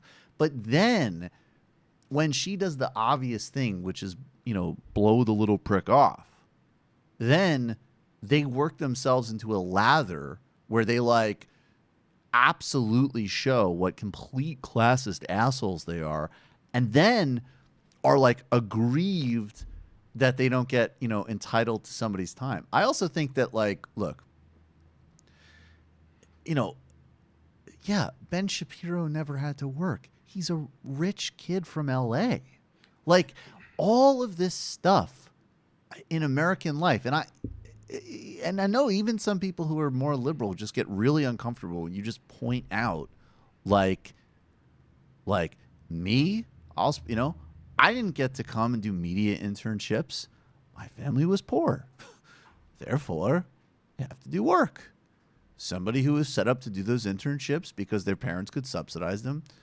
Like, this is reality. The woman's father died, and she worked, I believe, multiple jobs to save her family's house.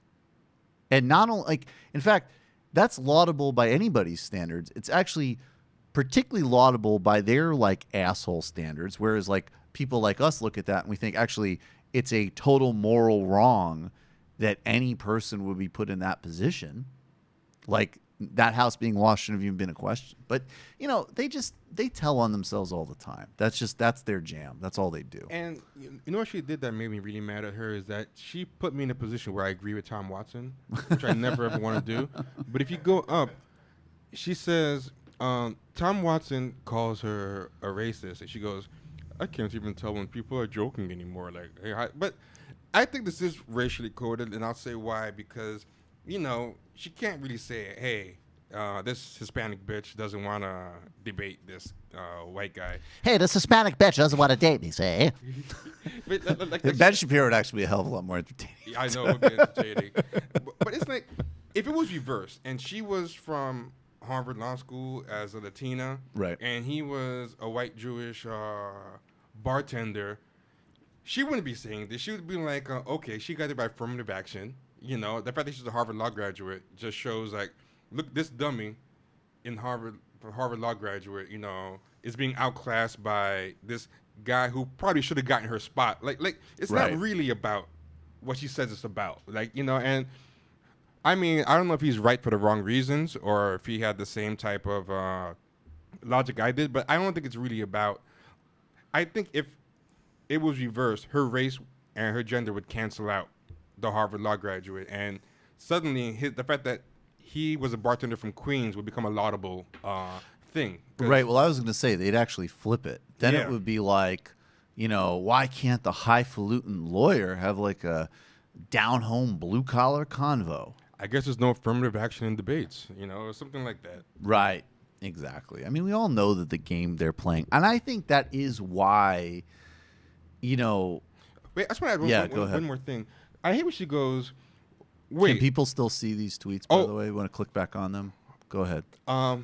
Wait, am I supposed to pretend someone who had an undergraduate degree they weren't using, and Ben Shapiro's not using his degree, is as good a debater as someone with a Harvard Law degree?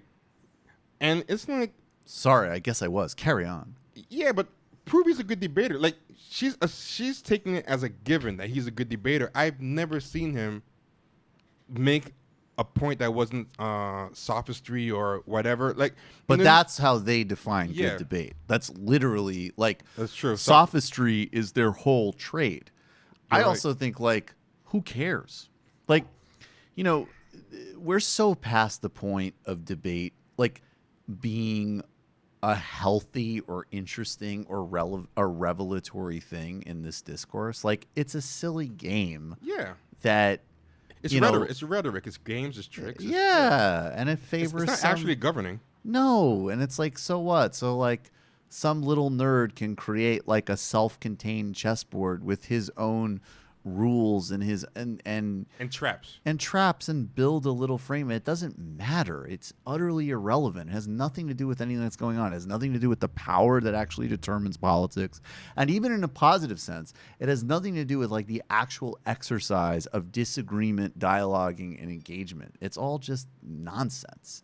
And that's the reason why he likes it. That's why he likes debates.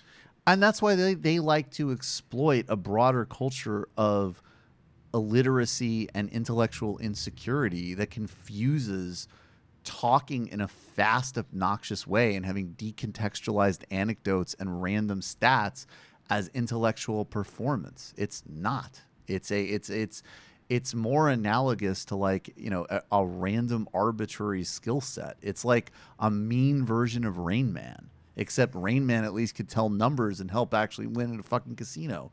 I have zero, less than, none, only contempt for that mode of discourse and the scam. And by the way, the trivialization that they've convinced a whole bunch of people that like that is what intellectual rigor and debate is.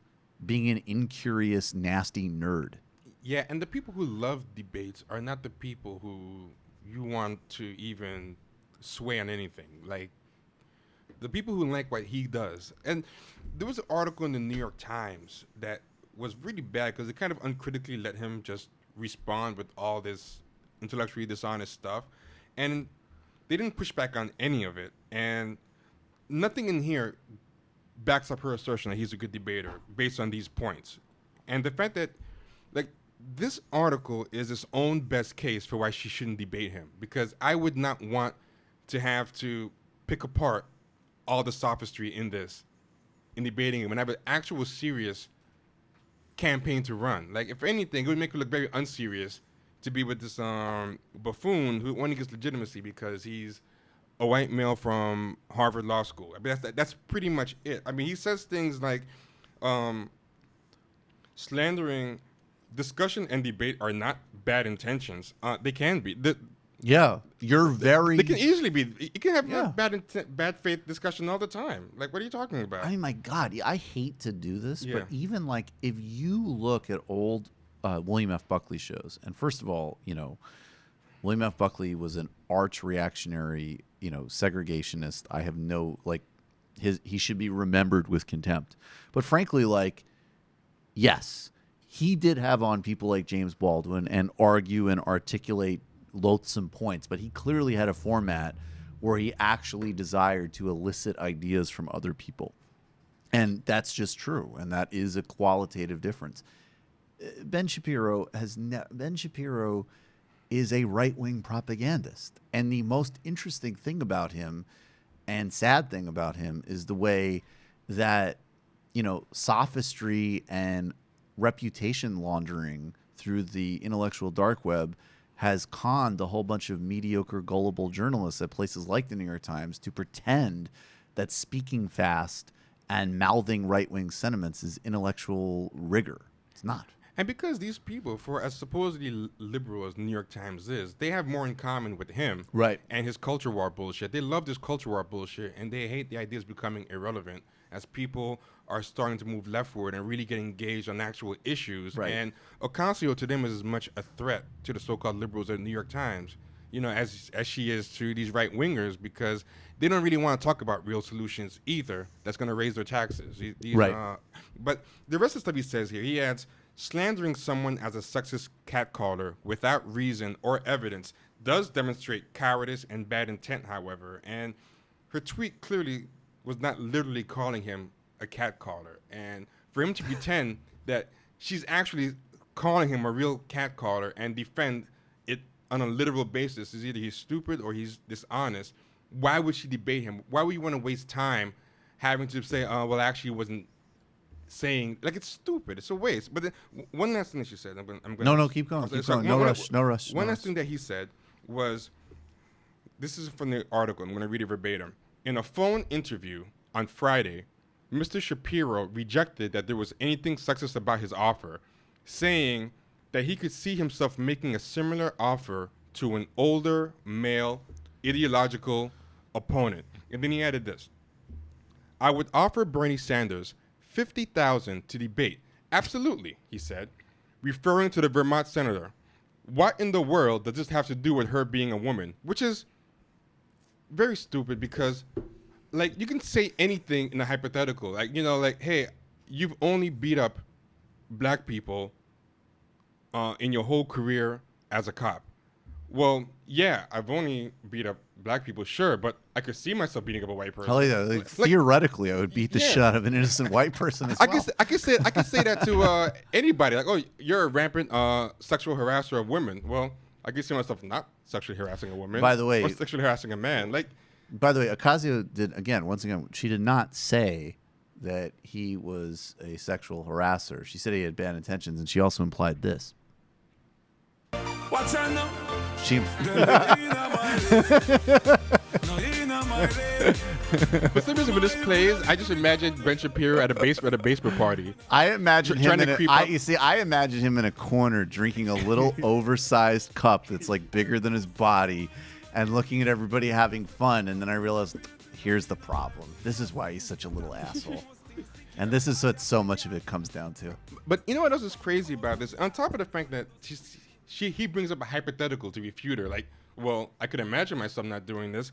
Even in his hypothetical, He didn't. Yeah. He didn't challenge Bernie Sanders. Yeah, exactly, he didn't. But even in his hypothetical, he offers Bernie Sanders $50,000 to her $10,000. So he basically gives her a pay gap. He's so fucking dumb. He says, "Well, I can see myself offering her 5 times.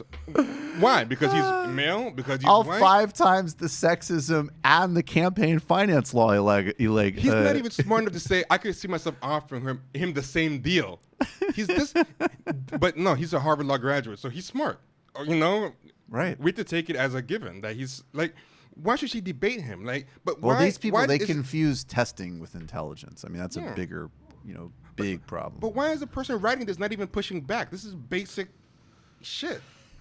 Because that is how they get sucked in. Access.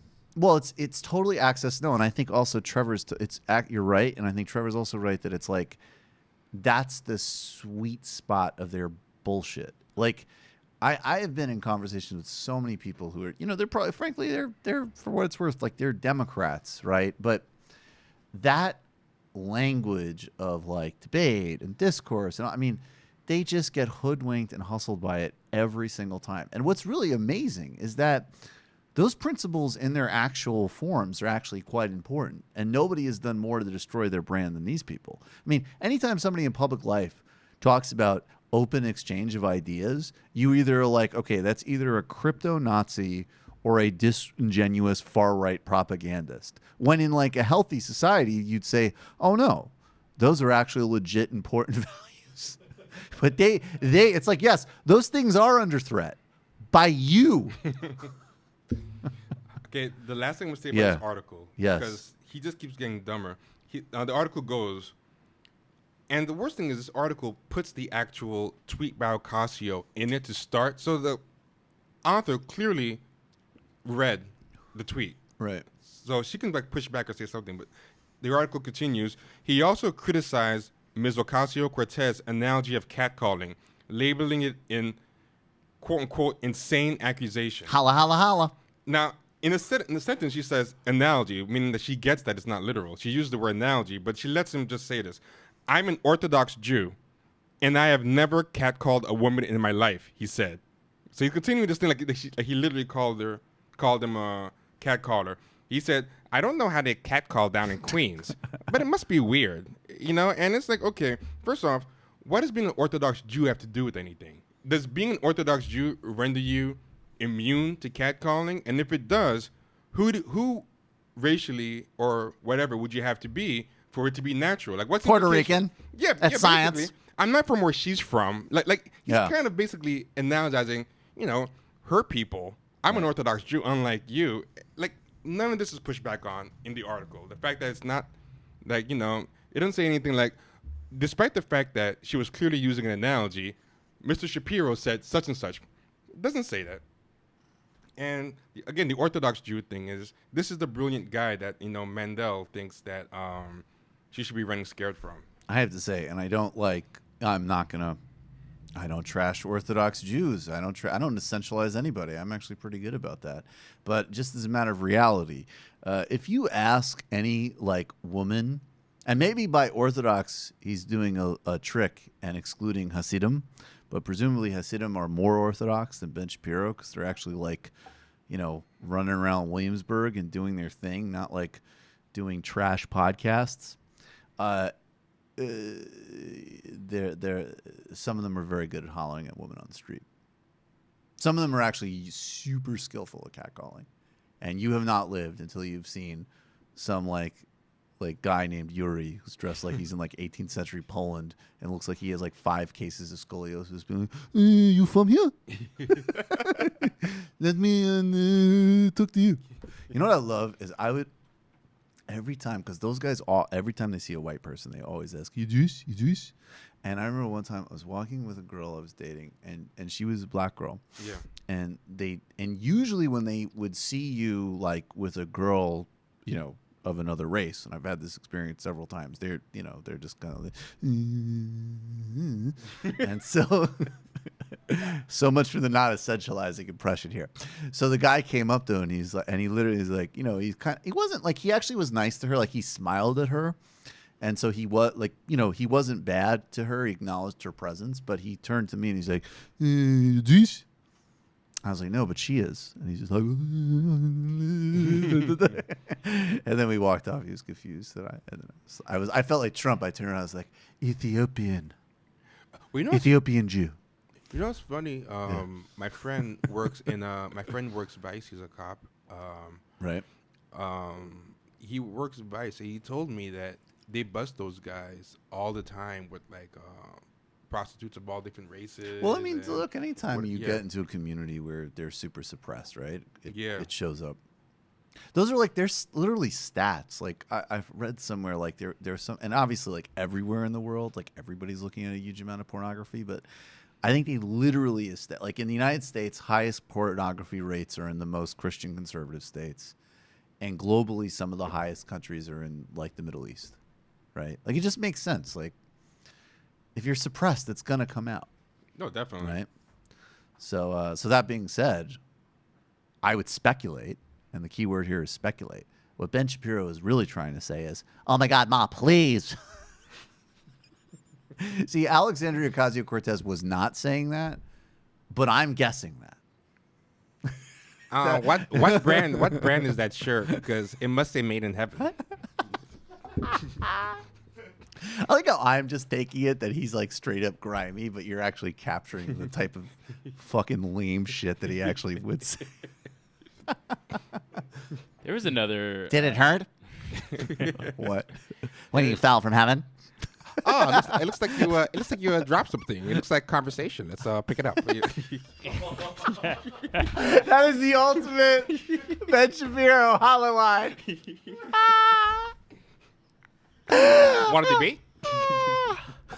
Want to debate in the sheets? Want to have a free and open exchange of bodily fluids?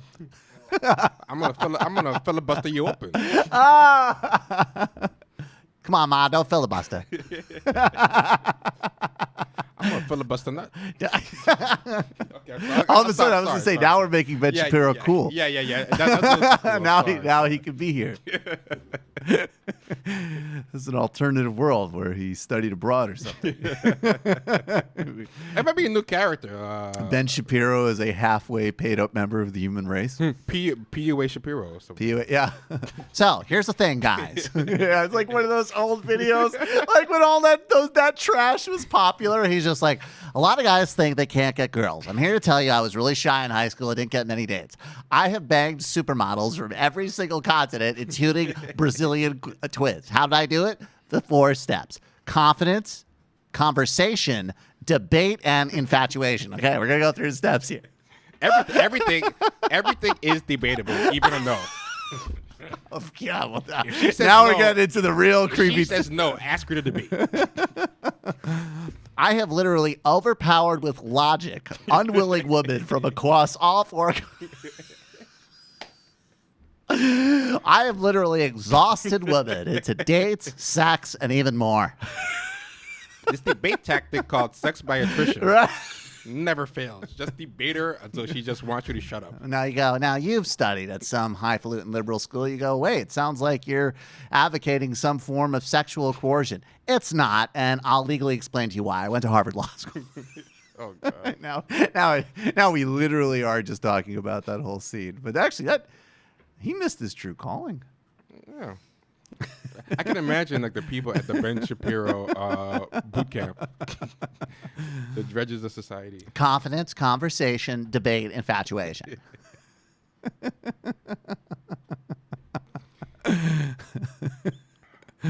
want to see that sketch. Oh my God, that's a great sketch. Yeah, have you ever seen Magnolia? No. Where Oh, yeah, Tom Cruise is yeah. like the I've never Lothario seen that guy, movie. I've never just seen having it. like Ben Shapiro as him instead.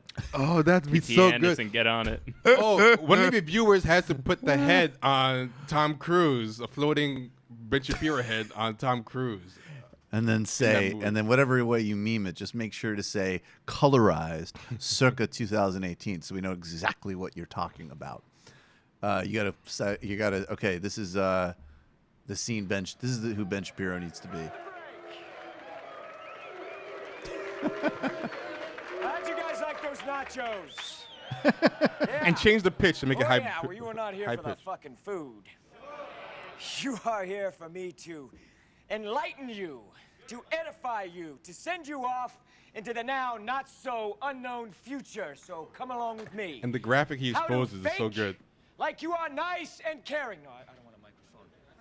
Now this is quite an important chapter, as you will see. But let's get down to brass tacks. Let's get right down to it, boys. Let's get right down to it. Men are shit. What? Men are shit. Well, isn't that what they say? Isn't that because we do bad things, don't we? We do horrible. We do horrible things, don't we? Heinous. And PTA terrible was way ahead of the curve on this. This was before the PE waste woman actually blew up. Wow. would ever do. So this is real cultural antenna filmmaking Women, here. they don't lie. No, women don't cheat. Women don't manipulate us. I But you like see what I'm this. getting He's at. like the Malcolm X of Oh, yeah, you rapey see what I'm white getting men at. right See what here. society This is one of does Tom Cruise's little best boys. Yeah, this is terrifying. 1999. This is 1999? Yep. Wow, they were reading the toxic Yeah, we're gonna culture. try to apologize. I am sorry. I'm so sorry, baby. I am so sorry. What is it that? What is it? Huh? All right, so yes. Is it their pussies? Their Is it their love? pussies? Is it their Yeah, Mama pheromones? wouldn't let me play soccer, and Daddy, he hit me. So that's. All right. This is very prescient. Wow. So I was going to say, way more basically, prescient than I remember. this is the full description of everything that's going on. Because- Unfortunate right now. Yeah, because it brought in like the PC and can't be a man shit. It's, Yeah. Wow, it's way more prescient than I remember. Can't be a man. Gonna have to revisit that. Yeah, I'm going to need to see that. All right, guys, we have a lot to get to in the postgame, and we're going to get to the postgame in a minute. We got to talk about Azealia Banks and Elon Musk. You know how much I love my Musk dunking. We are going to get to some of this Omarosa stuff because Omarosa is thick. Let me holler at you, Ma. No, I'm just playing. And we do have to actually, and a little bit more on the show, we are going to talk about just, in some ways, I hesitate to talk about what's happening in Yemen, or hesitate's the wrong word, but I mean, we just need to keep reminding everybody as much as possible of this mass murder taking place on a daily basis by Saudi Arabia, the United States, the United Kingdom, the United Arab Emirates. It's grotesque. It's obscene. And we're going to touch, it's going to be very upsetting, but it's quite important. We're going to touch on that. Dame Dash, Leor Cohen, culture, capital, race, religion, a lot of stuff to get to. It's time to become a patron today. We continue to grow steadily, and 2,000 is our next goal. I also just found out very recently we're going to get a little tiny, not huge, but a little small matching hit when we reach 2,000. So it's a big deal. And obviously, patrons can call in. I'm going to get to all your Discord questions. There's a hell of a lot going on. I want to thank substitute super producer Brendan Finn, who's, of course, killing it. Thanks for dealing with me, it. folks. And if you thought I did a bad job, you know, and if Keep you your like mouth the shut. Hindenburg. No, not you. I meant them.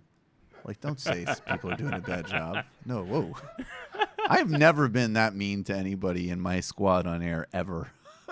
Don't isolate that, folks. Yeah, please. No, you're doing a great job, man. And I hope you come back in to hang out with us more. Dave Griscom, chief economist, super producer. What? Did I mess your name? You try that again. Try it again. No, I'm not. Shut up. Shut the fuck up. Couldn't even rep with Harvey and Wolf. It's pathetic. David Griscom, chief economist. Davey Grizzy, David Griscom, chief economist, super producer David Slavic, the returning super producer Matt Leck, of course, next week. Trevor Beaulieu, he's the host of Champagne Sharks, friend of show, friend of me. Thanks for being here. Patreon.com/TMBS. Thanks to everybody in the TMBS community. It's time to join now. We'll see you all at Patreon.com/TMBS and in the postgame. And you can just play the same music out. You should still watch the rest of that scene. There's this part with this